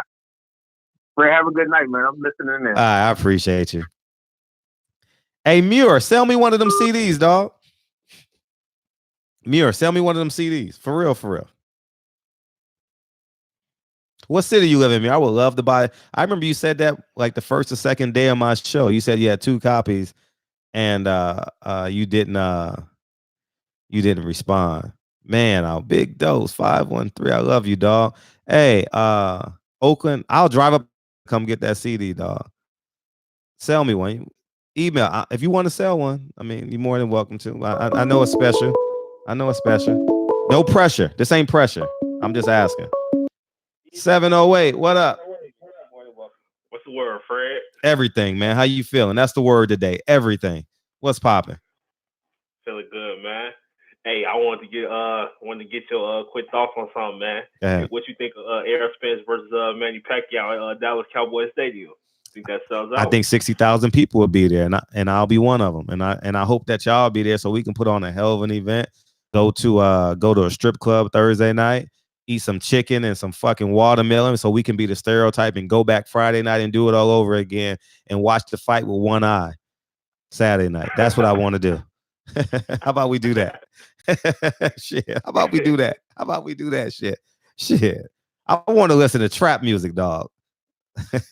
That's the only place I can listen to trap music every song because at a strip club. You know what I mean? Until one girl want to play Drake and No Guidance, and then after No Guidance come on, then it's Back to Future and everything Atlanta. You know what I mean? So, nah, but I think Errol Spence beat. How you doing today? I'm doing good, man. By the way, for those of y'all who don't know, this is a 20-year-old virgin. 20-year-old virgin. You know this channel makes people famous, dog. Yeah, I know. What you smoking? You lonely? You smoking? I'm about to after. You about to? You sound like you smoking now. Why you be lying, dog? You coughing, holding your breath, and you ain't smoking. This nigga's the biggest liar on earth, dog. Why you lying to me, dog? What? I'm about to get high after, man. I'm just watching a little stream, man. Why you in this stream, man? What are you doing, man? What are you doing? Why you sound like that? What you mean? Like, I ain't doing. I'm just listening to the chat, man. Yeah, you know I'm doing. Hey, send me your address, man. Yeah. We gonna come up. Hey, we gonna take some change out the building fund to get you a slice of pizza. How about we do that? You should give me a slice of pizza. Yeah, we gonna do that to give you a slice of pizza. All right, we gonna do that. We gonna take a little bit of money. I mean, all preachers do it, right? Tell me a preacher in America that ain't took no money out the building fund to get them a slice of pizza. Shit, I don't know nothing, man. Hey, some nigga in the chat say you owing 60 now. You owing 60? You went to the mall today? No, I ain't do nothing, man. I was doing some other shit today. Oh, okay, man. What else is going on with you, man? How you feeling? I'm feeling straight, man. I'm feeling good, man. Mm-hmm. Hey, what's the next fight you going to? Are you ever gonna make a fight, or you just gonna wait for someone to come to Chicago? I'm gonna definitely try to go to fight, bro. I'm gonna try to go to if Deontay Wilder go fight Tyson Fury again, if it's all said and done, I'm gonna try to go to that. Okay. Yeah, we'd love to meet you, man. Yeah, we'd love. Hey, if that fight's in Vegas, I got you, dog. All right, for sure. All right. I'm not saying she's gonna be the best looking, but it don't matter to you because you don't know what a pretty girl is anyway. Man, I know the pretty girl. No, you don't. Man. You got no idea, no concept. You just out here. Hey, see, niggas got 20 on it already. We got you, dog. We got you. We gonna go live and we gonna make it happen for you. All right, we gonna make it happen. Man, trust me, man. I'm finna be getting some girls at this iHeartRadio concert, man. It's like a little concert over here, like on December. I'm about to be getting all the Latinas. December. This thing, yo, dog. This nigga said, I'm about to go to the iHeartRadio concert in December. December? Who's waiting till December? I mean, of course, I want some before. But shit, nigga. Man, all of them. Money. Listen, the money is green in all 50 states, dog. All right, it's green in all 50 states. All right. Damn, dog. December. Hey, we already got enough money. We got $150 in the chat right now. You gravy. You good. We gonna help you out, dog. But don't wait till December, dog. Next week, dog. Hey, the college kids come home December 24th, 25th for Thanksgiving. You got a shot. You right. Mm-hmm. They gonna be in town for 4 days. So you gotta go out Wednesday night, Thursday night, Friday night. You know what I mean? Dance that turkey off. You know what I mean? See, here's what you gotta do. You gotta keep don't carry hundreds and shit. Keep 20s and 10s and 5s because she might charge you $107 and you got $107. You know what I mean? You take out 200 thing and she's gonna charge you 200. Man, that's what any deal in life, any cash deal. You don't carry hundreds and shit. Nigga, that's all I got, 65. You know what I mean? You give them 65. You know what I mean? You know what I mean? So yeah. Mm-hmm. But hey, what do Triple B stand for? Buzz Bob bitch. I don't know. We're gonna find out. John Witherspoon just passed away. Oh, bang, bang, bang, bang, bang. Rest in peace to the bang, bang, bang king. And he died for real. That's what they saying in the chat. Look that shit up. How old is he? Yeah, check it. Break the news for us. Yeah, now he gonna shoot the club up. Kenyatta. You already know he gonna shoot the club up. 77, dog, man. Damn, Friday didn't make it, man. He didn't make it. Damn, heart attack? What was it? No, it ain't saying why he died yet. You see on Wikipedia, it ain't saying he dead yet, but let me see.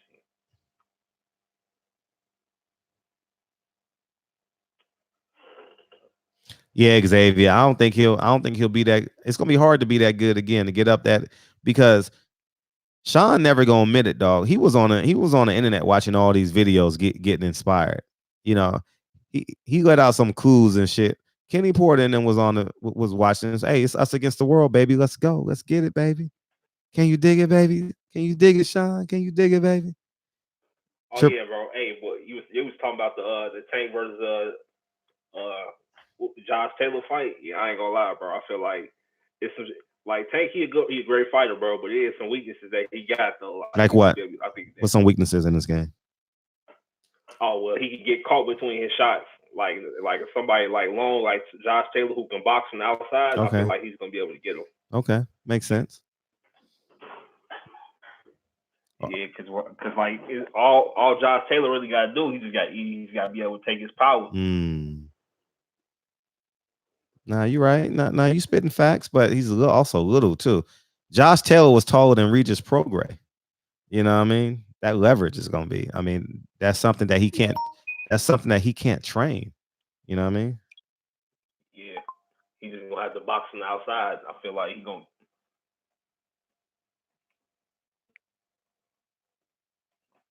But what fight would you think is a good tune-up fight for Errol Spence if he comes back like in fall? His mandatory. His IBF mandatory. Whoever he is. Yeah. You know, I mean, he looked terrible on the ESPN. Fight him. Get that motherfucker out the way, and then go fight Danny Garcia. Danny's fighting January 25th. That'll be fun. I'm excited for that. Hopefully, you know, I don't know who he's gonna fight. You know, Papa Garcia is like, nah, you should take it off, man. Now let us go get this easy payday, because they probably got an appointed. They probably have an opponent in mind. You know, like, yeah. Who could he fight in December? Ugas and Danny Garcia. That'd be the best fight. That's the best fight available for him. That's a good fight because Danny's a main event fighter. So I mean, he already had Granados. Yeah, Ugas, he's coming off of destroying Omar Figueroa. So Yeah. I feel like. Yeah. It's definitely not Keith Thurman. He's injured again. It definitely won't be Shawn Porter. Danny don't, not unless he has a belt. You know, that's the only way that fight happens. Oh yeah, what you think about they just announced the Tony Harrison Jamal Charlo rematch. What you think about that? Who you think wins that? I don't know. I honestly don't know. I have no idea. Who wins that fight, dog. Who wins that fight, dog? Harrison. I have no idea. I'll go back and forth, and I have a great deal of respect for Derrick James, but I got to spill the truth. If I think Charlo's gonna lose, he's gonna lose. If I think Harrison gonna lose, he's gonna lose. But I have no idea.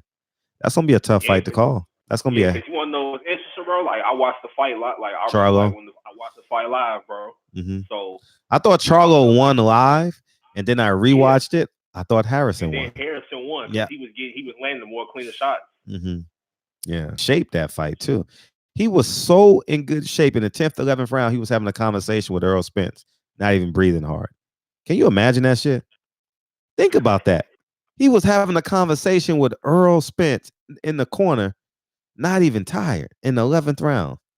I said, this motherfucker's in shape. Yeah, you know what I mean? So that's kind of what it is, man. Anything else? Oh yeah, but what do you think what do you think of Jose Ramirez versus Terrence Crawford? You think that's the best fight to make in the welterweight division on top rank if they can't get Errol Spence?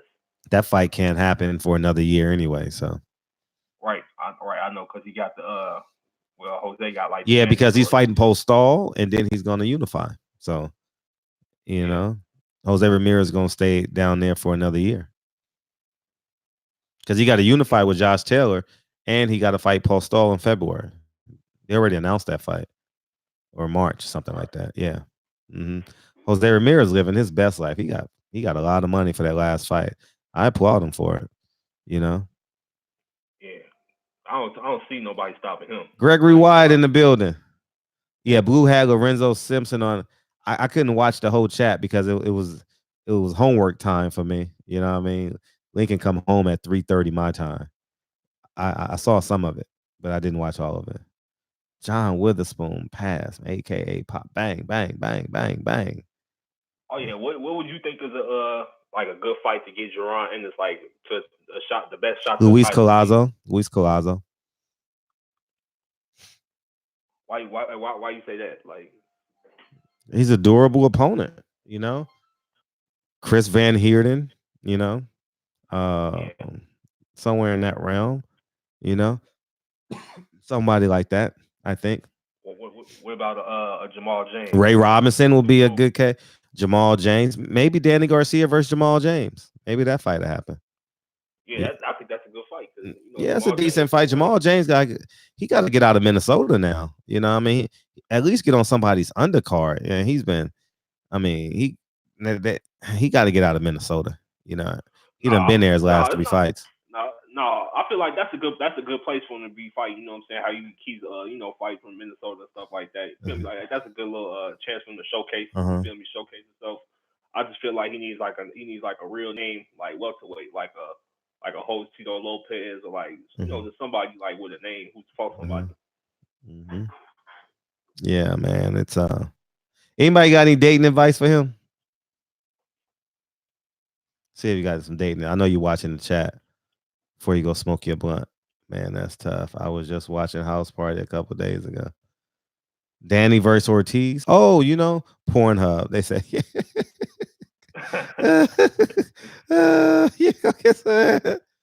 Yeah, man, you got all that money. You say you make. It's funny. People in the chat don't forget nothing. They say you make $10K a month. Why you having problems? You say you make $10K a month. Why you having problems, dog? Right. I never said I had no problem. You said that, man. Oh, now you lying, dog. Now you over here. I'm not lying, bro. I never said. Oh, you got how much you weigh? You said how much do I weigh? No, how much she weigh? You said you. Man, we talking about getting a girl. Oh man, shit, I ain't gonna lie, man. I ain't got no women, bro. I already told y'all that, man. You said what? I said I ain't got no women. That's what we're talking about. That's what I just was talking about. Anyways, man, don't worry about it, man. See, that's why you fucking up. That's why you sleeping alone every night, because you don't pay attention. Anyways, man, I appreciate you calling in. Thank you for supporting the channel too. I appreciate you for sure. And don't wait till December, dog. Don't wait till December. Get out in them streets, all right? Put your Timberlands on and hit the pavement. All right, man. I'm gone. Peace, man. 815. What's up? Hey, what's up, man? How you doing? How you feel, man? What's up, Chi-Town in the house? What up? Yeah. Last time one of your boy was talking about me, man. Yeah, they were going in on you, man. They called you fearful. Or yeah. They call me fearful. I understand it, you know. What I have to do. If something happens, can they come to support me now? They won't show up. No. Maybe about a week time they'll forget about it. You know, let me play some audio, okay? I just want you to explain what you mean by that. You know what I'm talking about. Y'all all know what I'm talking about, man. Don't sit up here and try to bait and not know what I'm talking about. Y'all know the fuck I talk about when I say these things. Y'all people too. Explain it. Everybody knows what you're talking about. Radio Raheem, I don't have to explain what's understood, man. You know what I mean by that. You know what I say about it. I ain't got to go further. And if anybody don't understand that, then God be with them. Go look up the history. Go look up the history. Shit, don't everybody believe in Google? Go Google that shit. See what I'm talking about. You know what I'm talking about, man. You know what I dare you to sit up there and say, explain. You know what I'm talking about, man. Just fighting people. You know we've been fighting for and still fighting to this day. To this day. No, but Can you tell me how many people can stand up and do this thing? Can say that? Huh? Well, everyone's gonna say them right now. How many blacks can stand up and say that and go home and sleep in peace? Mm-hmm. You got all of them over here. When I say something, they go out of me like they are something. All of them are living in the neighborhood that they got this thing. What do you call it? Arab people and China people open store in their neighborhood. And you gonna stand there and say something about me? Man, those people been scary all their life. They are talking about me. I'm the one scary. How many black people can stand up and say these things like the way the anti-water say no?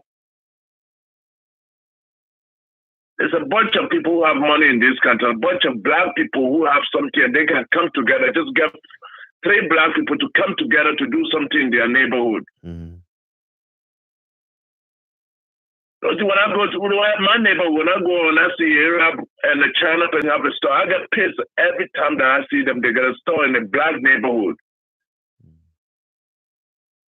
You think I feel good about it? No, I feel bad about it all the time. When I see that, I get pissed off. And they take all that money and go and do something in their country.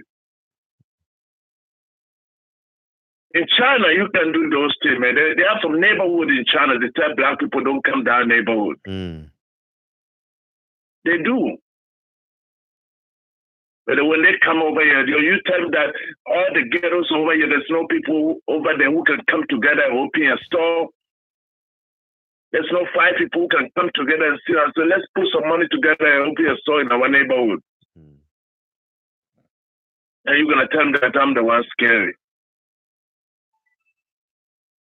And that's not right, man. You don't say something like that. You watch your neighborhood and see that if you are scary or not.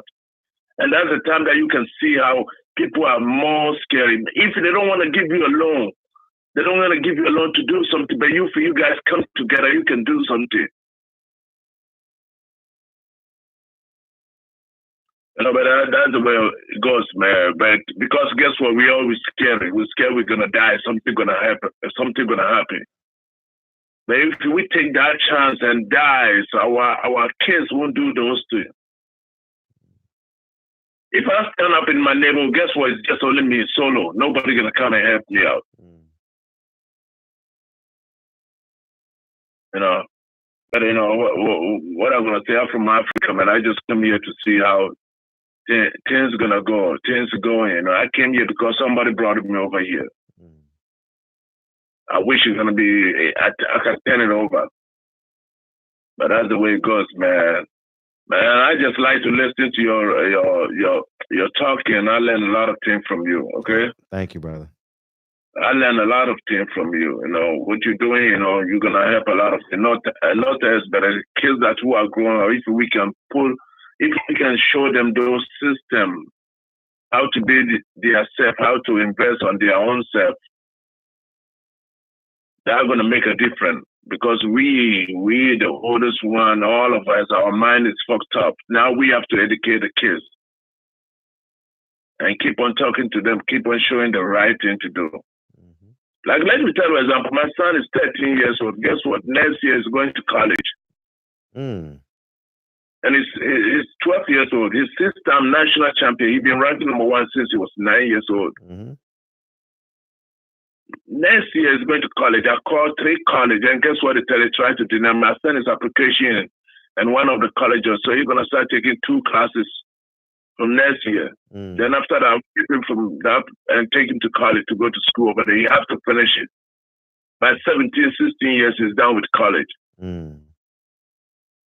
Because I can't do it. So I have to find a way to show my kids a different way. How to stand up for themselves. I have to show them.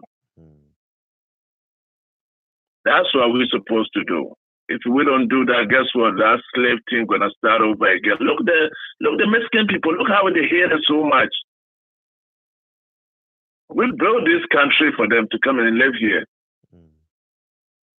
We built this country for them. All of them, the food stamp. Guess who are paying for them? All the basketball players, the football players, all the boxers, Floyd Mayweather, when he fights, you know how much taxes he pays? You know how much food stamps he can feed a lot of people. The bad about, I guess, the black people, sometimes we don't see that. They hate black people. They put them in the front. They are the puppets now.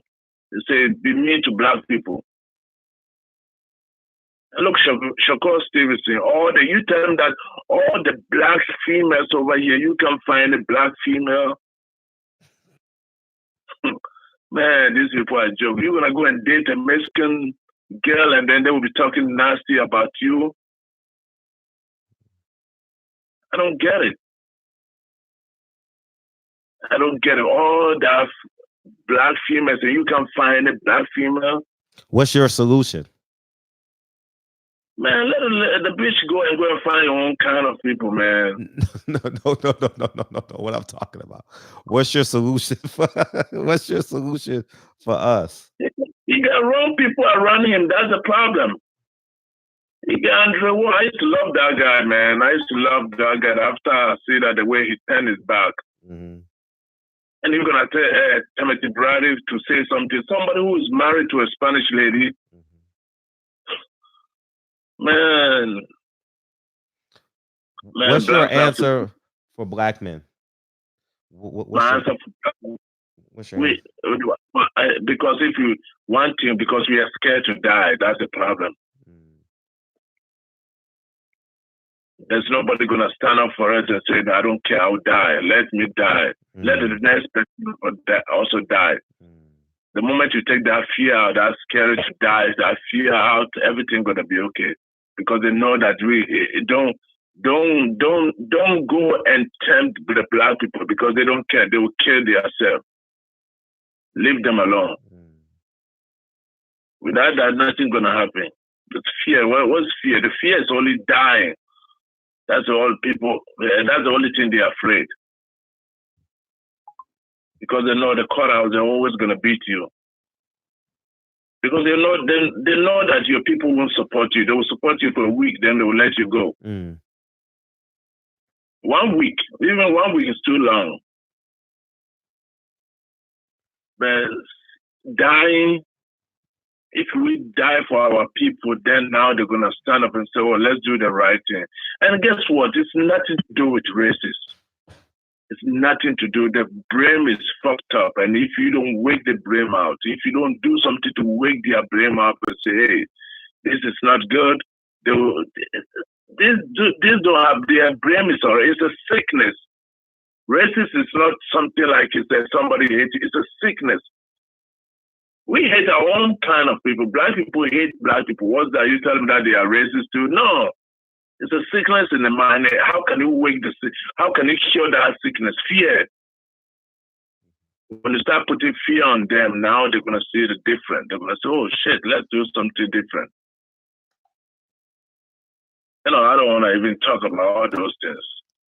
Because in the end, I'm the only one going to carry my cause, man. I'm the only one going to be. They will drag me and nobody going to help me out. Right. And somebody going to stay on your phone and tell them that I'm scary. Now, you better protect your family. And that's what I'm doing. I'm always going to do that. I'm always going to do that. I'm always going to do that. I'm always going to protect kids. Nobody, and they know already. That's why, like I was talking to Adrian Broner trainer today. He was telling me that they think you're crazy. I said, "Yeah, I do. I'm sick a little bit in the head. I took punches that I don't supposed to took. All of them get me sick." He said, "Everybody think you're crazy." I said, "It's okay." You let them think I'm crazy. Today, that's the way he told me. He knows me. Yeah, Adrian Broner coach. Black and John. And I had one of my son to fight, and then he beat this kid the whole round. The kid never touched him one time. The kid never touched him one time. And then they have 5 judges. The Ohio judges give to the other kid, and the kid never touched my son even one time. He never touched my fighter even one time. So next time I go to Ohio, I'm going to let the judges, we're going to have a meeting. I'll tell them that, "Look, let me tell you one thing, I'm sick in the head. When you cheat my son, make sure that you cheat him the right way. The people that I'm scared is only police people, but I will do something and I'll regret. Oh, I gotta take the next call. I gave you 44. I gave you 44 minutes, dog. Oh, appreciate you. Triple O double OG. What's up?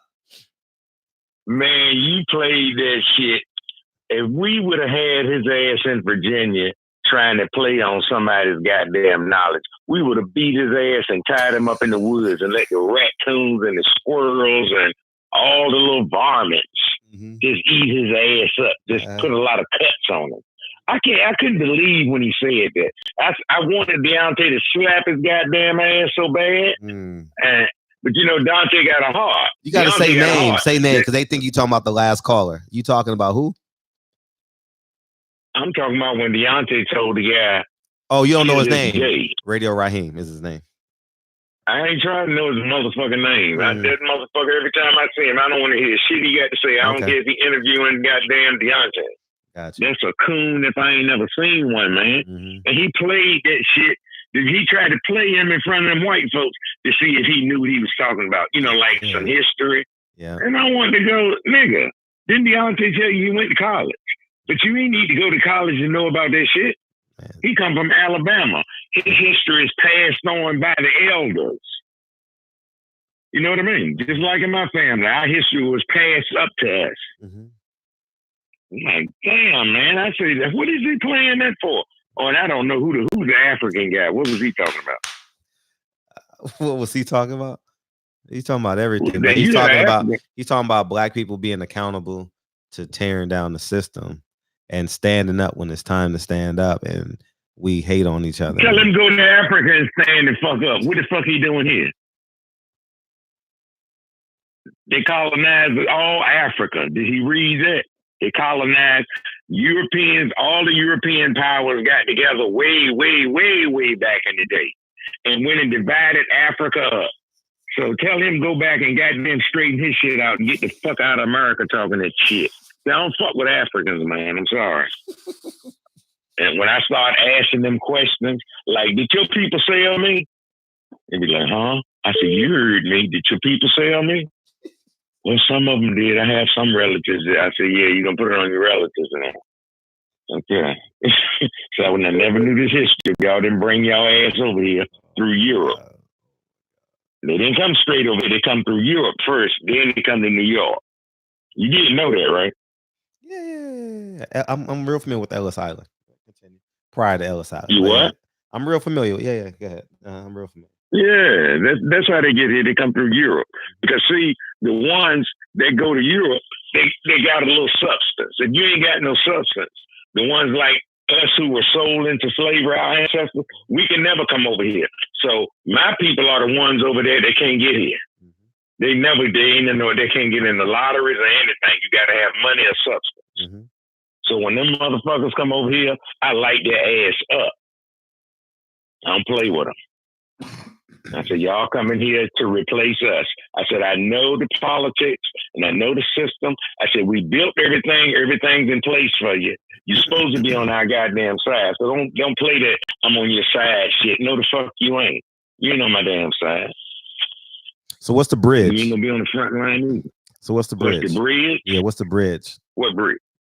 To getting us to collaborate with Africans and Americans, not African American. And blacks. We don't have time for that right now. We got to fix us, and then we'll build a bridge. Now, if they want to come out here and join together with us and go to war, yeah, it might be plenty. But up until then, they come here. They're immigrants. They came here together. You know, they didn't come here with nothing, right? You know, we're the only ones that are not immigrants, us and the Native Americans, right?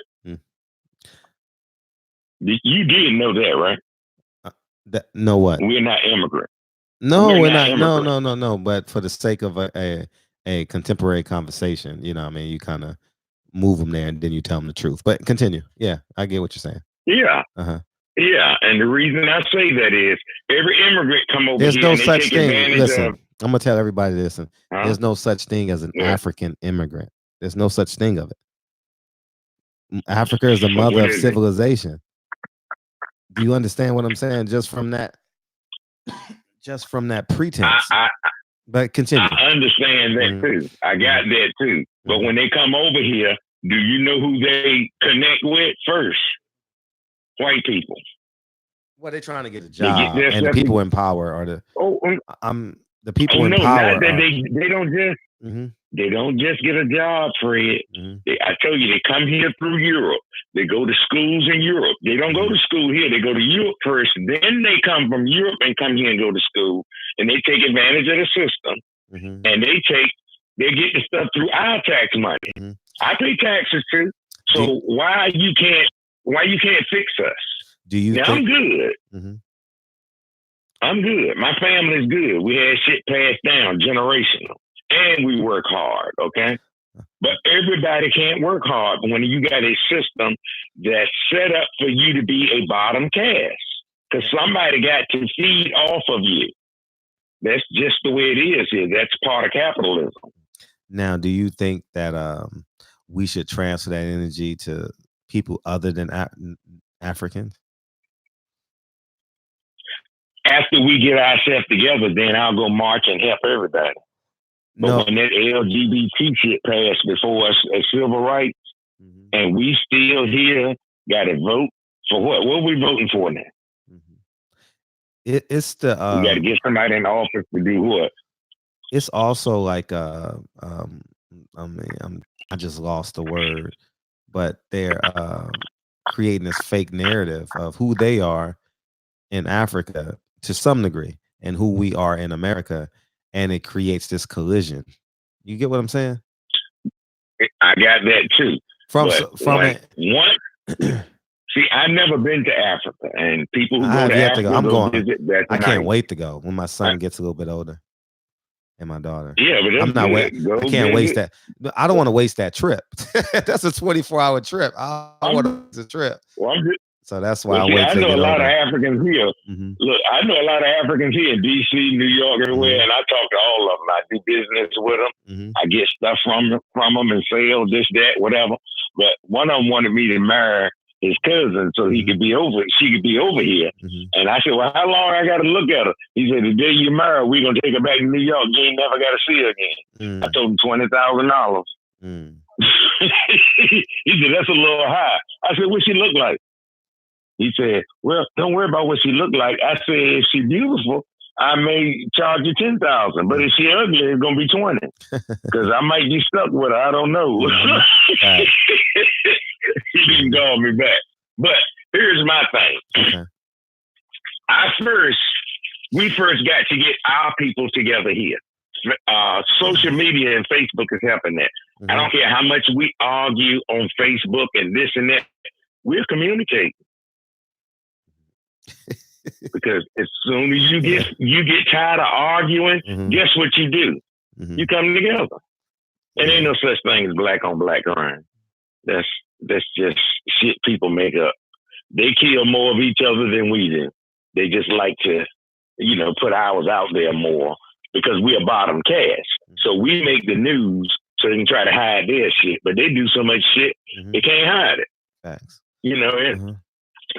Somebody got killed the other day. Why they gotta always get a machine gun and go kill up their own people when they get mad because the mama didn't do something right or the wife didn't do this? And usually when black people kill each other, it's a beef, something like that. That's normal. Asians kill Asians too, right? Do you hear anybody say Asian on Asian crime? No. You ever hear anybody say white on white crime? No. You hear them say, we had a mass killing today. As soon as you hear that, you know who the fuck it is, don't you? All right? Yeah. You're right. The most violent people on the planet is the one charged. Are Christians. Are WASP Christians. Christians too. White Anglo-Saxon and black Christians. Yeah. White Anglo-Saxon. And they used to lynch us in the name of the Lord. Remember that? And all of that stuff. Yeah. And then throw a Bible and my mother's one of them, and I had to straighten out. I do Bible study with her Plus, I had to keep in reality. That's why she's 93 years old and still walking around shopping. And, you know, she's getting up there in age now. She's slowing down, but she's still moving, you know. But no, we got to get ourselves together here before we can bridge anything with anybody. We're the only people on the face of the earth that ain't got nowhere to call home but America. So I claim this right here.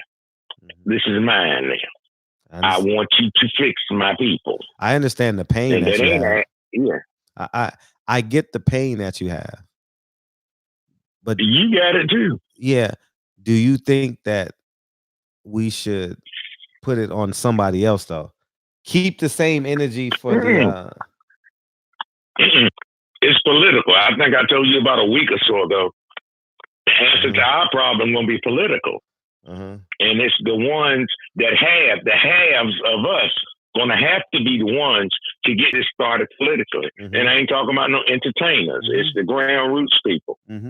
We're gonna have to, and it's got to get on the agenda. You're hearing them talking about reparations now more than ever. You had a black lady sue for reparations in 1886. Most of us won't read, and she won.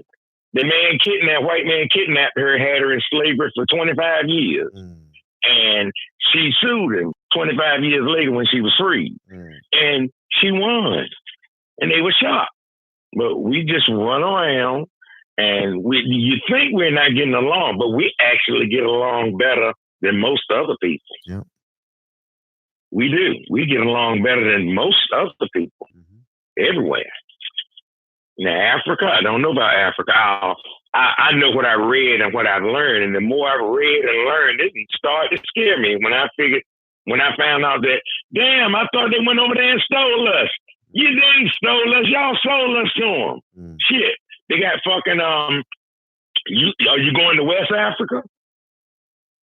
What part of Africa are you going? I don't know. I have no idea yet. You know that's where most of us came from, West Africa. Yeah. And when you go over there, make sure you see those shrines of the black people who got rich for selling us and sending us over here. Shrines of this shit. The doors of no return. But they didn't know any better. They were, excuse me, I'm not speaking for them.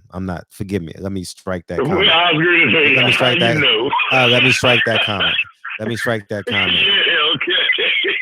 But it's similar to infiltration. You know what I mean? It's similar to COINTELPRO, Fred Hampton, MLK.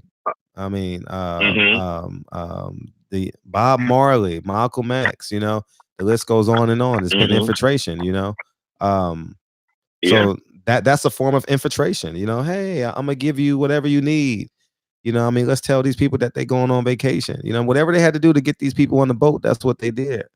You know, you understand what I'm saying? So people don't know what the boat look like because they go through a door and they get on the boat and people can't see it. From what I saw on TV, you know, I've seen all the documentaries and, you know, I've seen many documentaries, and and many more coming. Yeah, true. And many more coming because there was an African guy in my neighborhood working on the cable lines in the ground. And I had a conversation with him and I asked him, did your people sell us land? And he was a nice guy. He talked. He said, yeah. He said, I said, how'd you get over here through UK? He said, yeah, how you know? I said, what happens to those of us who don't have substance? I said, do they qualify for the lottery? He said, oh no, if you don't have any substance, you'll never get over here. Let me take the next call. So, someone finally called in. Okay, go ahead on there. We'll do that call. We can do that another night. We'll have it because people were interested. I could tell the chat was fucking lit. All right, we'll keep it going. All right, 419. What's up? What's going on, man? Yo, I was listening. Y'all was talking about the guy was talking about us from West Africa and everything. Yes. Are you from? Where are you from? I'm from Ohio. Okay. But I listen to certain people. Certain people I listen to a lot of people. But I started use my brain. Okay, they didn't have the technology to bring us. Like they be saying, 8 million celebrity stuff, that's impossible, man. Like, dude, we was already here, man. We was already here. We were all over the world, period. And then, oh, no, the Indians first. No, it was not. We was here. So, they was talking about Caucasians and Asians make the Indians. Look at it here. Look at our here. We ought to be here. They got black people over in Japan. But see, I listen to certain cats that got paperwork. A lot of people got paperwork.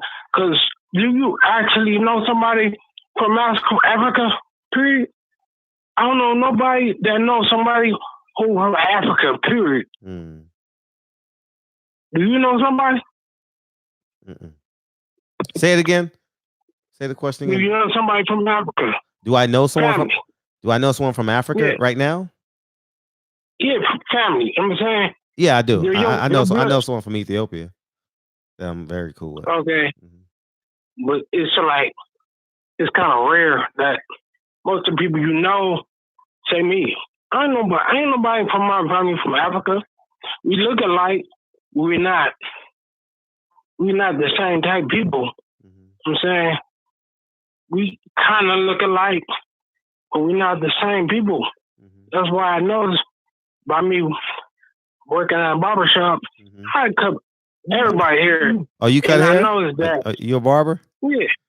I have an affinity for barbers. Why'd you stop? Yeah. Because my condition, I got MS. Oh, man. And my legs. I appreciate you calling in. Yeah, I called you. I know. You called in 2 weeks ago. Yeah. I know, but I didn't. Yeah. I didn't. We didn't. We didn't go that deep. I didn't know if you wanted to talk about it. You know what I mean? Yeah. You talking about what's that guy named Progress or something? Yeah, he's He lost to Jock Taylor. Yeah. No. I just started checking dude out. He all right. But he let that dude beat him. That's all I can say. I'm a character, so I can't say all the way in it. But that was it. I just heard him talking about Africa and everything. And like, dude, breaking out 90% of us already here. They're like, all right, for real though. It's so crazy. We've been enslaved in our own land. And our own land got enslaved. And we are attacked in mind, man. We feel like we enslaved. We sitting in bondage. I'm just thinking. We don't think. Somebody else said, well, they're going to read in a book. But then I ask like, okay, who was the book? Who was the book? No black man. I do so much thinking, man. I think one of the most important things you said is that, and I think we need to teach our kids this too. You can't bring 8 million people over. You know what I mean? Like you can't do it. Like you know what I mean? I hate to have these conversations. I hate to have these conversations on YouTube. You know what I mean? But you know what I mean? You can't bring 8 million people over when you come in by ship. You know what I mean? It's impossible. Yeah, definitely. You know what I mean? Definitely the technology from back then. They had the boats. But you can't get 8 million people. You can't get 8. Nope. No, come on, dog. Nope. You can't get 8 million people. Come on, dog. You know what I mean? It's crazy how you listen to certain people and they start going to the books. Then you ask them where you get the book from. Yeah. From here. I'm saying we're not in control of the books. They are. It's like I'm listening to a lot of stuff and seeing how people react. Good night, Big Dose. Disgusting, man. It's disgusting, man. Like, damn, I don't want to say we, but I'm like, damn, man.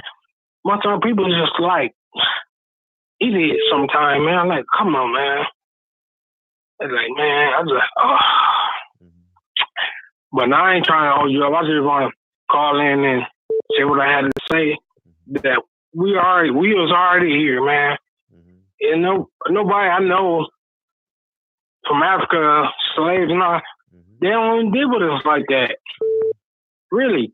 I watched some chick on Facebook, and she was saying the same. She was from Barbados or somewhere, and she, a black girl, she said, I can't understand why the people don't want to claim where they're from. We are indigenous to the land, and we don't see it. They do, but we don't. We need people like you talking more. Yeah. You know what I mean? We got to do our part. Yeah, I listen to so much to so many people, because, you know, being in the barbershop, people come in, you might come in happy, you know what I said, and then the next person come in sad, next person come in grieving, next person come in excited. So my conversation changes like 4 to 5 times a day, 5 days a week. Yeah.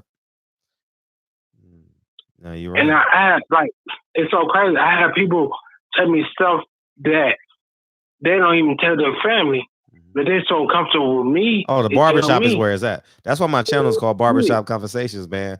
Barbershop is the cornerstone of my community. I was raised in Harlem. I'm getting goosebumps and shit. I was raised in Harlem. So, I mean, if you ever wanted to be led or get nurtured or learn, you went to the barbershop in Harlem. You know what I mean?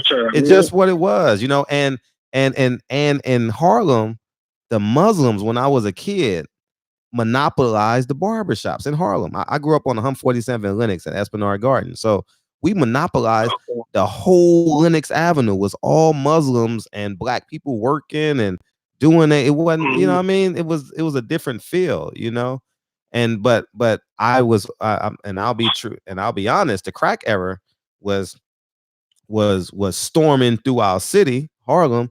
So so you can visibly see the change, you know. And I had a few cousins that did 20, 25 years for murder and crack and cocaine, drug related crimes and shit like that. So I know the pain in which the crack epidemic had on Harlem, but I also know the beauty of it too, you know, and it's still there, you know, it's still there, and there's still remembrance of the crack era, but there's also remembrance of the love that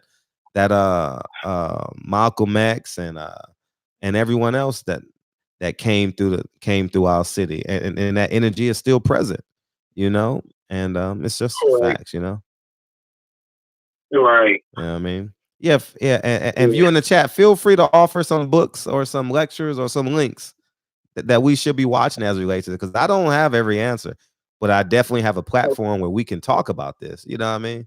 Because I don't have every answer now. I'm just being honest. Right. You know what I mean? Right. I was educated by a white man. I went to college. You know what I mean? So, right. So I'm not even gonna begin. I mean, that's how my education started. I'm not saying that's where it ended, but you get what I'm saying. So so there's still some holes in me that needs to be filled. You know what I mean? So yeah. So feel free. Put the links in, man. Right. And we love you for fighting, dog. I know you about to get back in the chat. We love you for fighting, though, man. We love you for fighting, for real. Don't stop fighting, man. Not, man.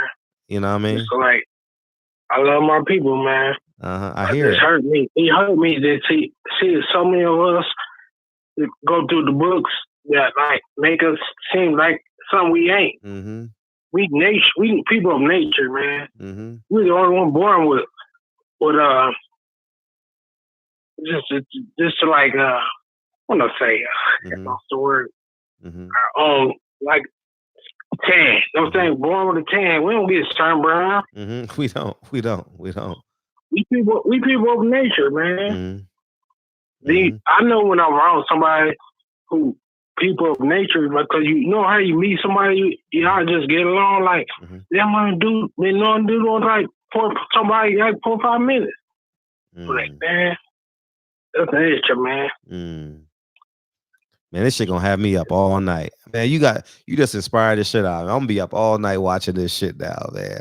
I'm addicted to this shit, dog. I'm addicted to, man. I'll be up on YouTube watching every fucking thing. Because I can't read because I got 2 kids. You know what I mean? I don't have time to sit down and really focus on the book, you know, as I want to before I had kids. So I got to watch a lot of visuals now, you know. to get the information. You got a Facebook page? I don't use it. You know what I mean? But I have Instagram. I have Instagram. But feel free to send me stuff. Please. All right. I'm not a phone dude, you know what I'm saying? I be having my kids show me how to do stuff. Oh, okay.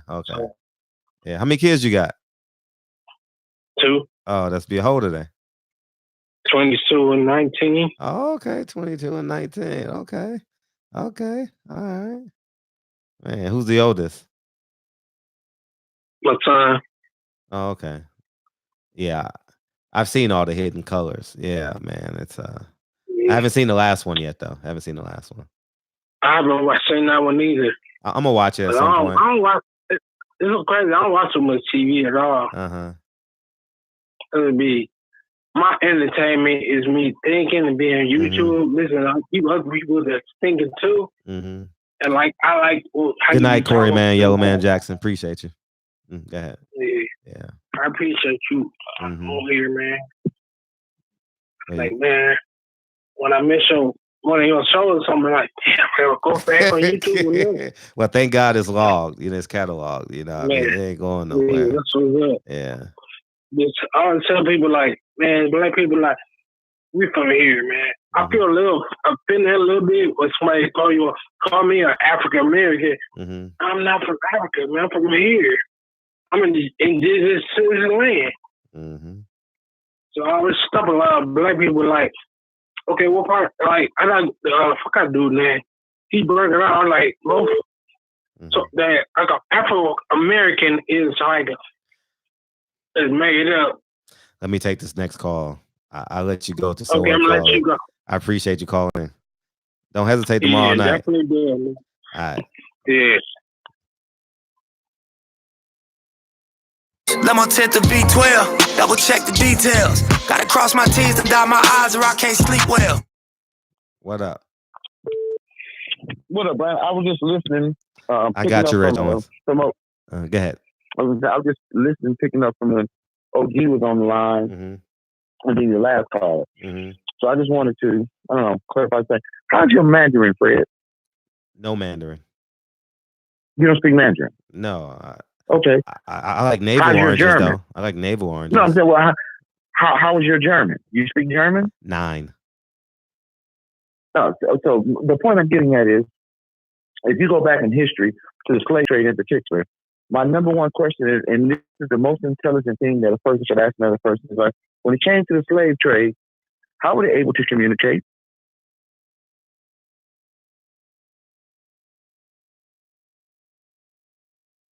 I'm asking you a question. How were they able to communicate? How? By studying. John Hopkins, who you've seen his name on a bunch of hospitals. John Hopkins spent 27 years over in Africa studying. So make no mistake about it. There's no way in the world that you're going to take a ship and roll up on some land and leave out there, with a stop. That's just not going to happen. So trickeration was used to trick the black people onto them slave ships because the top of the ship was gorgeous. It's them in the hull of the ship, where you got the first American experience, so to speak. So therefore, like I said, the one that they give John Hopkins University and all this, he was the main reason why black people was led into slavery, because he went there and he studied. And learn that people learn the language, because you can't communicate with somebody if you can't dialogue with them. You can't communicate. So they don't have, devices like we have today. So you have to put yourself in the frame of mind like they speak in Swahili or Arabic or whatever language they were speaking in the region. So he had to learn the language of these people, learn their habits and their nature. And 90% of what he did was just technology. He promised them something greater there than what you had here. And the loving nature of black people, we accepted that. Just like we accept everything else that the white folks give us pretty much to this day. And therefore, like I say, we fell into this trap. So, to say that it's 8 million people, or to say it's 1 million people, if it's 1 million people, if it's one person, that's one person too many. And injustice anywhere is an injustice everywhere. So that injustice hasn't changed or went away. It just manifested itself into how we just evolved into what we are today. And like I said, until we can get the black family back together and bonded strong, where we can see each other and understand that that's my brother, even though he's from another mother, it's still my brother. We have to get back to that. Yeah, that's why I would. Like that's where I wanted to take the conversation. That's where I wanted to take but I want to respect the other callers that's calling in. Donald, man, this is gonna be a continuous conversation. You know what I mean? Oh yeah, well, like I say, this is gonna be this is a conversation gonna be going on for months, so we can always have this conversation. You know what? It's a good thing that we need to talk about this in dialects about it, because, like I said, those will be things that strengthen us. So we need to have conversation where the family can be honest with each other. You know what I mean? It's like we done a lot of shit to each other to build up to the point to where self-hatred became, a predominantly thing in every facet of our culture. And that wasn't by accident. Once again, that's from study. That's that Willie Lynch. The same, the teachings of Willie Lynch. Matter of fact, Fred, why don't you post that on your channel? Willie Lynch? Hello? Yeah, the Willie Lynch letter. So that when brothers come in and they read that, they need to start, you know what I mean? Because like I say, it's an easy book. Everyone should read it. It's 12 pages. How long is that book? Dangerous. 12 pages? 15 No. Just give them the letter. Just give them the letter, Fred. Okay. Just post the letter on your thing, and give in the head, must read for all black men. Just put on there, must read for all black men. The rules that, like I say, they need to, it's time to start, when the alarm clock is going off, what that means? It's time to get your ass up, right? So the alarm clock is buzzing. So, at some point in time, like I say, you got a block from a black man, they can't stretch it. Let's us with that. That has a meaning to it. Get behind the words that's being said to understand the definition of it, because there's science and everything around us. You can watch a movie. I watched Dolomite the other night, the one with Eddie Murphy. Yeah. And the science in the movie was what you always say, Fred, bet on yourself. Bet on your fucking self. You bet on everybody. Bet on your fucking self. Believe in you. Because if you don't believe in you, it's like I said, when it comes to sales, I know you're familiar with sales, Fred. People buy into you long before they're going to buy into the shit you got to sell. Right or wrong? Yeah. Oh, big time. Big time. That's what I'm saying. If you can't convince people, to buy into you and to fuck with you, I don't give a fuck what you got. You can have gold bars you can shit out your ass and you give them away for free and they wouldn't take it. Because they don't believe in you. So, as black men, we need to start betting on ourselves. You know what I mean? Even when you speak and you speak from a positive nature, and that's something else that we got a podcast coming up. You don't love this shit. Fred, I got some shit coming down the pipe. You don't love this shit. I promise you don't love it. So anyway, like I said, I just was calling in because things disturbed me about what I was hearing. I guess I don't think it really matters as far as the numbers. That's just the matter. Like I say, it was an 800 million. If it was 1 million, well, that's 1 million too goddamn many. And like I said, and then you stripped it. We were stripped down to nothing. Yeah. When I say nothing, like if somebody made you pull all your clothes off and stared at you while your ass was naked, that would make you very uncomfortable. You get a room full of just staring at you while you're naked. No one would be comfortable in that situation. Maybe a porn star might, but that's neither here nor there. But I'm just saying the average person that you deal with would not be comfortable in a room full of motherfuckers with them staring at your asshole naked. So that's what they did us. They stripped us down naked from a mental standpoint. You you have been defeated when you lose two things. When you lose your language and you lose your religion. When you lose those two things, you have been stripped. Because you don't know where you come from and who the fuck you are and what you believe in. So somebody comes in and see a vessel that's empty, and then he fills that vessel. He teach you what he wants you to know. He teach you his language. He teach you his schooling, his educational system. He teach you all of this type of shit here. And then he also teach you about self-hatred, make you hate your brother. So when push comes to shove, he already knows what you're going to do and when you're going to do it. That's why he said, okay, for this decade, we're going to build prisons. The first 5 years of that decade, we're going to fill them. Then the next 5 years after that, we're going to release them. So we can create a new vacuum for a new situation. See, they like playing chess while black men run around playing checkers. They've been out calculating us, out maneuvering us, out thinking us, you know what I mean? And all we do is look at each other. That's my mortal enemy. I'm going to kill that nigga right there. Nigga don't know who he fucking with. You know what I mean? And we need to stop that. We need to stop that shit. And the older ones got a responsibility to the younger ones. but it's so hard now. Youngsters don't listen to whatever the fuck you got to say. They don't care. It doesn't entertain them. And so we had a conference in New Orleans last month, and it was 57 attorneys there. I don't want to put it out there yet. I'll share this with you on the later note. But it was 57 attorneys there, and we spoke, at the conference. And from that, it spawned off into something that's coming up that I'm going to share with you in private. So like I said, I mean, we doing things. Our movement is slow, but our movement is positive. And our movement is for our people. Because like I said, we've been downtrodden too long. I don't know how many more years any of us got left on earth, because tomorrow I promise that none of us. But wake up tomorrow with a purpose. Wake up in the morning feeling like you got a busy day ahead of you. Like you got some thinking to do, some movement to do, some energy to create. Just wake up with a different vibe. When you see a black man, speak to him. You see him in the store, how you doing, black man? And keep it moving. But just change the energy so that the patterns with us will change. Because I know damn well, Fred, when your son grows up to become a man, he going to be sharp as hell because he got you as a father who understand this shit. So you got a lot of kids out there don't have nobody that's going to teach them right. So in a parallel universe, everything should realign themselves. But that doesn't happen because, it's a miracle. It happens because you put the work in. Because you want to see, your people succeed. You want to feel good about being black. You don't want to be ashamed of that. I was having a conversation. I'm going to let you go out that stage, Fred. I was having a conversation with this one particular lady who happens to be white. And I was trying to explain to her why they have a difficult time understanding the plight of black people. I said, because we had more self-prejudice within our own race than you would ever know. I said, there should be a brown paper fact check. Some of the old cats that's listening know exactly what that is. Young motherfuckers don't have no idea what it is. You had to pass a cone test to get in a house party. They had a brown paper sack at the door. If you was darker than the brown paper sack prick, you couldn't get in the motherfucking party. That was in our own shit.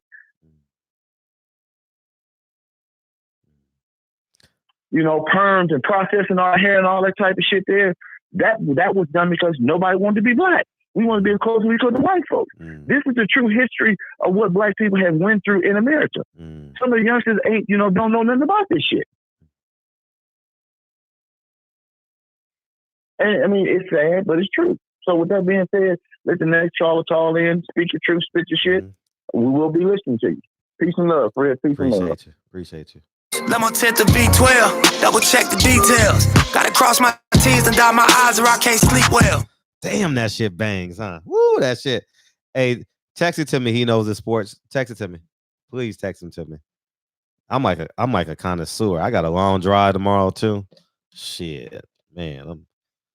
Text it to me, please. I ain't got, me and L going on a road trip tomorrow. What's good, family? Mo Yo Sauce. You got a barbecue spot? Where is it at? That sound like a nigga that make ribs. Mo Yo Sauce.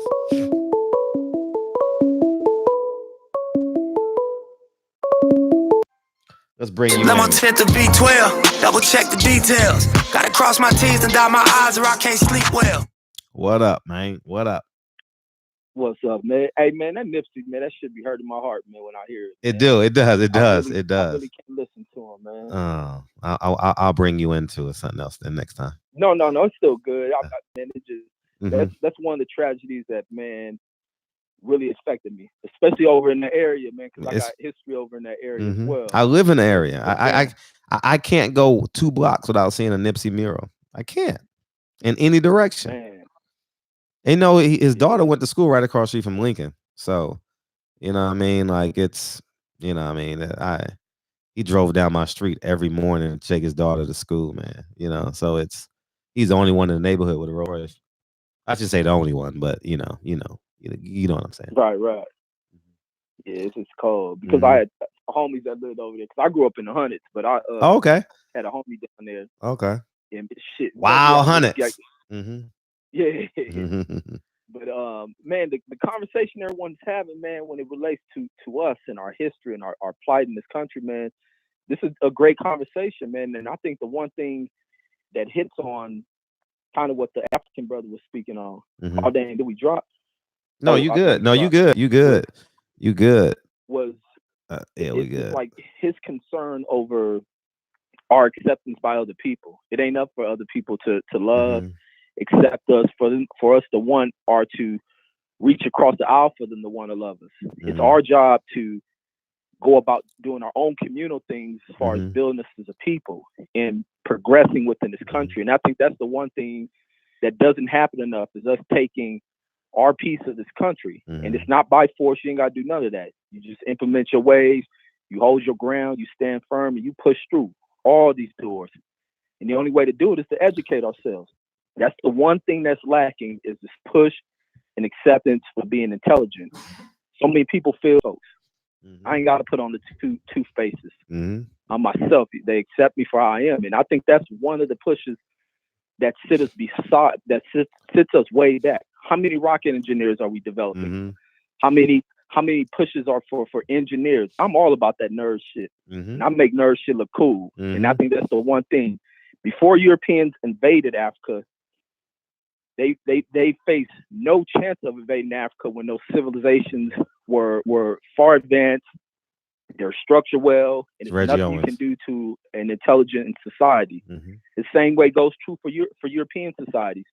Any of those intelligent societies, you can't invade an intelligent society. They advance things, they create things to weaponize and defend themselves, and that's the thing that has to happen within our people. Sure, you have to push our kids to being super intelligent, understanding everything.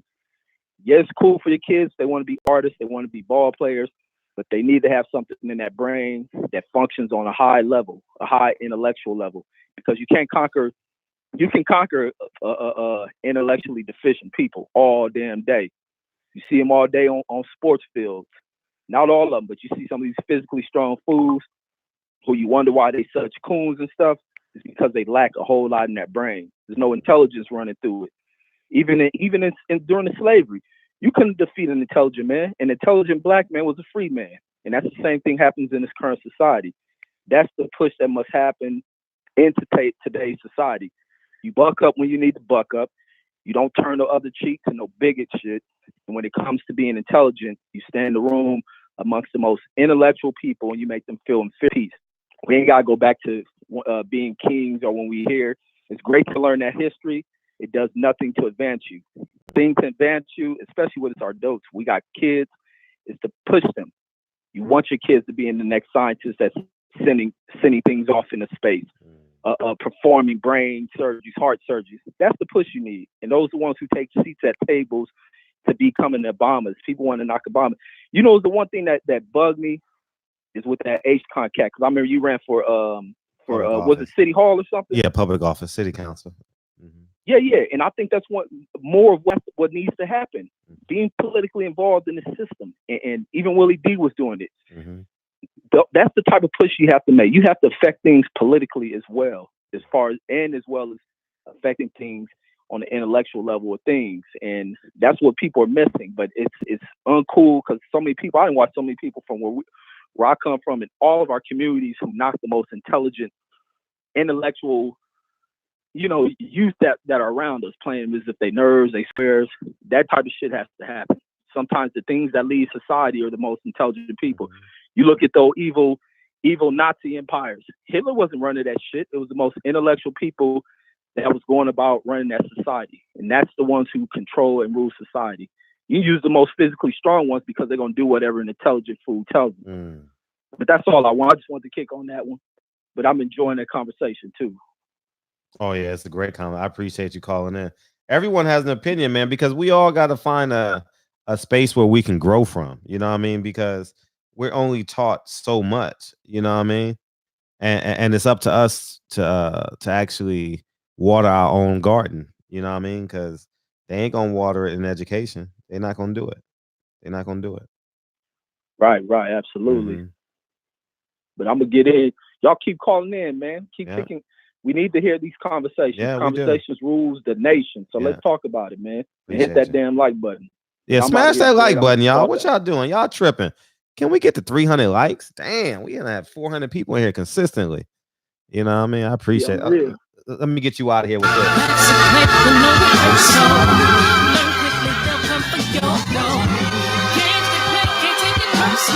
Come on, y'all. Cause the devil is a lie. I'm telling you the truth. It's all in what you do. Some things you gotta do.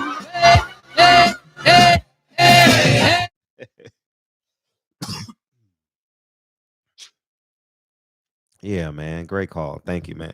Hey, Jarvis, you the only one that got my joke, dog. I'm disappointed. No one got that joke. That shit was funny to me, dog. Jarvis, I'm glad you got my navel joke. No one got it in the chat but you, dog. That shit was funny to me. I'll just say that shit was, I was like, damn, I'm quick than a motherfucker. Yeah, man. We gotta have these conversations, man. I think they're exceptionally important, man. Yeah, man. It's very, very important. And we need to continue. I don't have all the answers, but I'm a consumer of information. If y'all saw my library, some of y'all may have seen it because sometimes accidentally I show it on my Instagram. Man, I got so many fucking books. I wish I could read more, but man, Kennedy won't let me read. Lincoln will let me read, but Kennedy won't let me read at all. It's just no way that shit happening. Impossible. And so if you got a, if anything got a 2-year-old, close to 2-year-old, I mean, it just can't happen right now. She's not as independent as I would like her to be.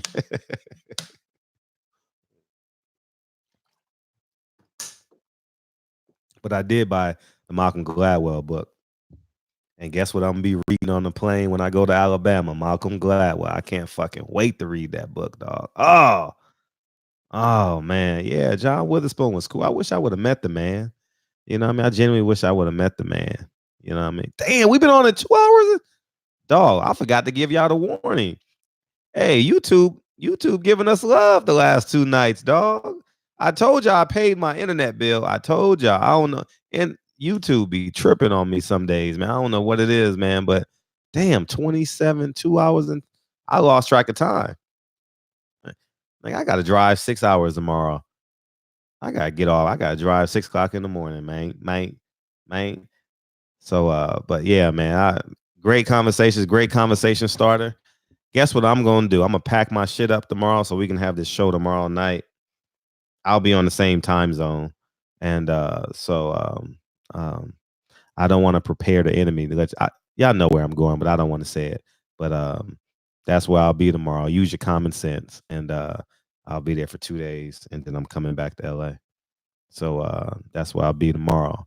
And then I'm going to pack this stuff up. And then so I can take it on the road and we can do this show tomorrow night. Elle will be doing the show with us tomorrow night. He going to ride up with me. And then I got an extra mic. So we'll do that tomorrow night. And we're going to have a good time. So that's what we got tomorrow. We got time for one more call? You calling back in, huh? Hey. What's up? Hey, I had kind of hit you up for you off. I just looked. I just got your phone back. I just got on your page and you was about to leave. I'm like, okay. What time you come on tomorrow? 9. 9. Don't okay. quote me on 9, but it's gonna be tomorrow night. Because I'm traveling. Yeah, I'm traveling tomorrow. So are you going where? I'll be live tomorrow, even if it's for 30 minutes. I got to reach out and touch y'all to stay consistent. Yeah, where you going? I don't know where I'm going. I don't know. I don't trust you yet, nigga. Like you said, Alabama. Shit. You might get me pulled over or something. You know what I mean? I don't know. I don't trust you yet. I thought you should say something about Alabama because my people from Alabama. No, I'll be in Alabama next week for sure. I'll be in Alabama. Okay. I get there Thursday morning. And then I'll be at Wilder's Camp Thursday, Friday, Saturday. And guess where I'm going? I'm going to the Alabama LSU game. Hey. I'm going to that game. You know what I mean? I'm going to do that. And then So but keep on fighting, man. Keep on fighting, man. I got to. Hey, are you doing rehab and stuff like that? I'm doing rehab. I got I take an infusion, so I don't got to take pills and stuff every day. I have to take them like once a year. It's like an infusion. Okay. So I'm cool though. I got my mind. Let's say my league ain't with me, but I'm cool though. Okay. I ain't going. Okay. All right. But you still have mobility. Say, like, you still got mobility above your waist, right? Yeah. Okay. Good. All right. Definitely that. Cause I met a lot of people, man. They got MS, man. Some people doing good. Some people doing bad. And it took me to go out and be in the hospital years ago. And the lady come into my blood pressure, then walked out, left the door open. So I was seeing other people walk by, and I was feeling kind of down on myself. So I seen one guy walk past my door with one leg. And I said, you know what? I'll be talking to myself, like, you know what? Your worst is somebody else better. I said, if that dude could have seen me, he'd been happy to be in my spot because I would never want to be one leg, you know what I'm saying? Right. But I'm not gonna hold you up. I know you're trying to get off. No, I appreciate you, man. Yeah, I be like saying, like, I be telling my son, like, his friends too. I was like, watching television. I heard before, like, a program. You watch a TV program. They program our people certain shit. And television would tell their lies to the vision. You heard that before? That's why I watch so much TV, man. Get caught up on something. They watching them old shows and stuff. And now I'm cool. I like shows like your information. Good people listen to them. You know what we gonna do? You We know what we gonna do. This conversation. How about we do a book club once every 2 months? Because we got lives and shit. What we do? A book a quarter? A book every 2 months? Y'all want to do that shit? 1 month is probably too short because niggas got lives and shit. I ain't gonna, you know what I mean? Maybe we pick a book. I'm serious. Like, niggas got kids, got to work 12 hours. You know what I mean? It's real life out in this motherfucker. You know what I mean? Right. You know what I mean? You're right. And maybe we can do a book every 2 months. I've always wanted.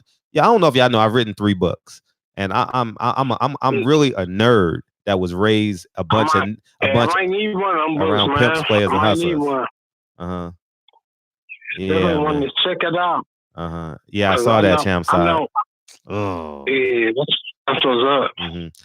Yeah, I actually read some books off of 78's book club. He did that like 2 years ago. I got into it. Hey, Muir, you low key didn't answer my question about them CDs. It's cool though. Anyways, man. But yeah, man. We about to play this song and get the fuck out of here. We about to get inspired. We about to get inspired and get the hell out of here, man. I saw that champ side, man. I want to say salute to all my kings and queens out here. Shout out to Ivory Webb, Muir. I don't know yet. Yeah, I appreciate it. Don't be a stranger, man. All right, don't be a stranger. I won't. Okay. Now I'm gonna call and talk to you in person. Like, not in person, but over the phone. Like, dude, you my friend, man. I appreciate you. This dude could be my friend, man. You got a lot of knowledge, man. Yeah. And I love knowledge. You know what I'm saying? Learning something I might not know. Now I do know something. And my thing is giving stuff out. You know what I'm saying? Giving it back out. Because whatever you give out, you should receive. Yeah. So, big facts. I'm gonna let you go, man. I appreciate you letting me go. I appreciate you calling my show to let me go. That's cool. That's cool. You know, all we need is Offset. All we need is Offset to show up, and everything will be gravy. Yeah, it's 2:34 here right now. Okay, it's 11. Oh yeah, you on the East Coast, yeah. Right. Life's a game with no rehearsal, cause the devil is a liar. Niggas waiting for the song, nigga. You delay it. Niggas waiting on the song, dog. Niggas waiting on me to do roll call and play the song so we can get the fuck out of here. And you still talking. I appreciate you, dog. Waiting on your album. Oh, it's coming. It's coming. It's coming. We're gonna start this. We're gonna start this book club though, for sure. We're gonna start this book club. Okay, I'll be calling back. All right, I'll holler, Nick. Appreciate you. Yeah. Muir, Darnell, Kirkland in the motherfucker. Where you been, dog? What times you get in here, Ryan Jefferson? Y'all niggas be hiding in the chat. Asia Map, you came in late, dog. Don't try. I know you came in late. Bartley DB, he was first. Champ Side with the exclusive with Triple B. Damn, nigga, how'd you pull that off? Nigga, you gonna be the king of that crew. Andre Ward like you. I'm glad he likes somebody. OG, why you gonna do this to me, dog? You know I'm gonna answer your call because I love you. See, nigga, you always, OG, you always the last nigga to leave Thanksgiving dinner. Nigga, leave at the end of the football game. All right? You don't believe it? That's what I do. Man, that's what I like to hear. Didn't I tell you we get along better than most black people think? Damn, man. I told you I was trying to hang up. I was trying to hang up. Nigga, if the last football game is a blowout, y'all niggas need to start packing your to-go plates and go home, okay? Mama is tired. She been cooking and catering to y'all niggas all day long. OG gonna call back. What? But look, what, Mama, you got to have a night for a show for a talk like this, like the guy said. Okay. What night you gonna choose? I don't know, Dad. I don't know, Dad. I don't have an answer for you, Dad. I got to go in the backyard and work on my jump shot. I don't know. Well, that was interesting. So I know it's in your head now. So I know you're gonna figure it out. Yeah. And all right, dog. And I've been thinking about it anyway. I appreciate you staying up, old ass motherfucker. I appreciate you. Oh, this is the latest. I stayed up in a long time because they kept cutting your ass off at 2:00. But now they done gave you a reprieve. And you all wide-eyed and bushy tail now. Yeah. Now I'm good to keep my old ass asleep. I appreciate you. I love this tonight, man. It was a mixture of everything. It was a great show. The show's getting better and better because people get more and more confident to call in because the show is consistent.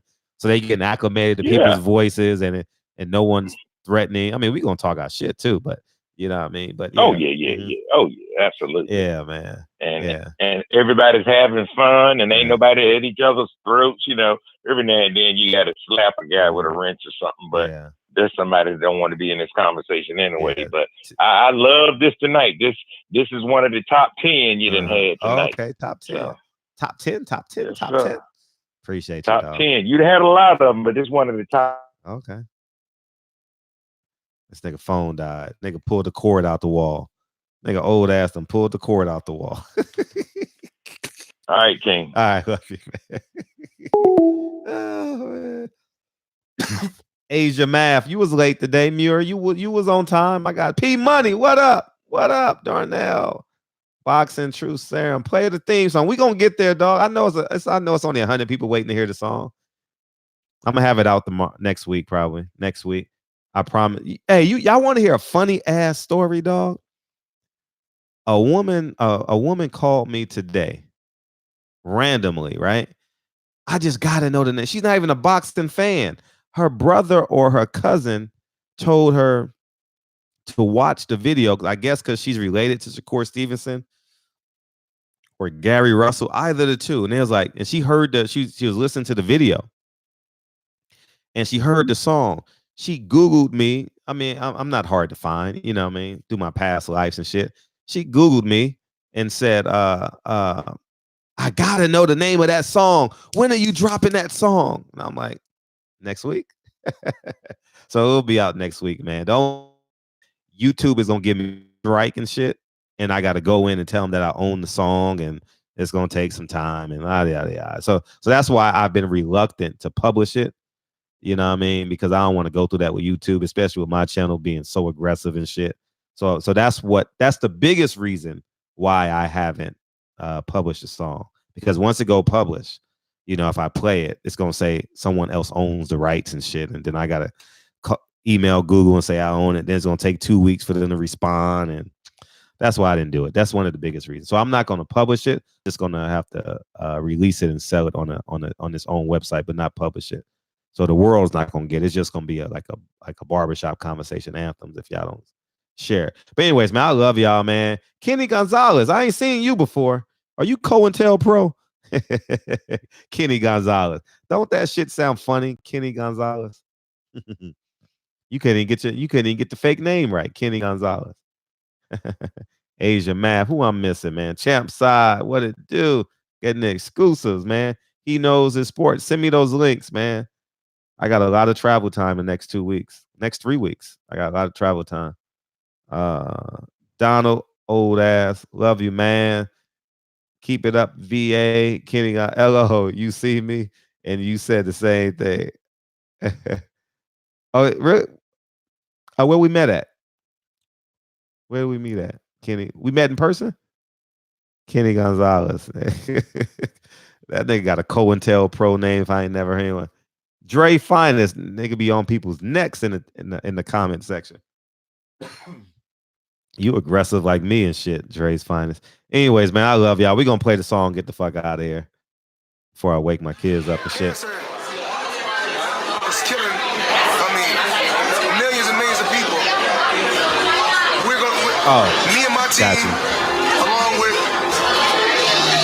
Sam Watson and his team, we're gonna stand. Thank you, Joda. And fight this disease.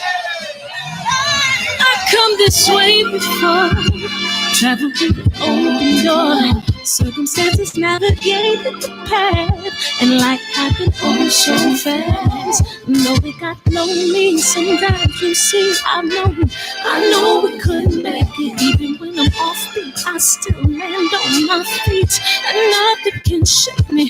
Cause I know life took a hold. I never. This is where I am destined to be. I'm not ready to give up. I believe in the miracle of life. Life's a play with no rehearsal. Learn quickly, they'll come for you. Y'all know y'all ready, motherfuckers. Let's go, y'all. Cause the devil is a liar. Telling you the truth, it's only what you do, some things you gotta do, and it's fight the millions, take a second, see the blessing in it, but much expected, much is given, when I made the living, now I'm giving back to your children, never let the power come first before your happiness, yes, you can be the best if you go the distance, mix a little sweat with your persistence. You know that the best things are never instant. Just shine up, let us see your brilliance. Get up, open up your eyes now. It's the moment of truth. No backing down. We're bringing it to life. Oh, for the children, it's a given. You gotta give. Watch these boxing references I wrote, nigga. I'm cold with the pen. This my personal statement. Run the game like I'm ASICs. Learn to develop patience, determined to be the greatest. Yeah, bobbing and weaving, they changing up like the seasons. Indigenous to the grind, so I do it for all my people. Jabbing the competition, back up against the ropes. You fighting for recognition. I'm fighting just to promote equality where we lack it. Or cancer slowing our road. I'm confident we'll make it. We focus on common goals. Yeah. Give back, give love, giving something away. Never give up, stand tall to fight another day. 2 toes, 2 feet, I stand on the ground. I'm gonna wrestle and fight this final round. Life's a fight for no rehearsal. Learn quickly, they'll come for your role. Can't get play, can't take it personal. Cause the devil is a liar. I'm telling you what to do. It's only what you do. Some things you gotta prove.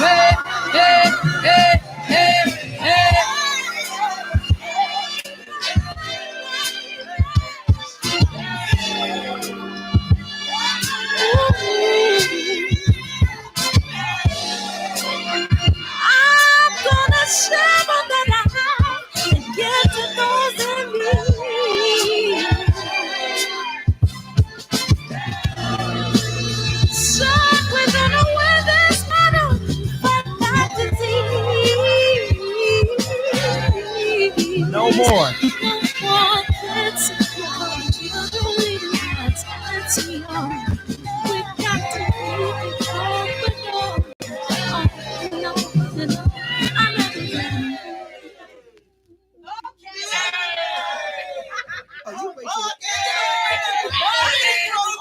Man, Hug somebody tomorrow. Tell someone you love them.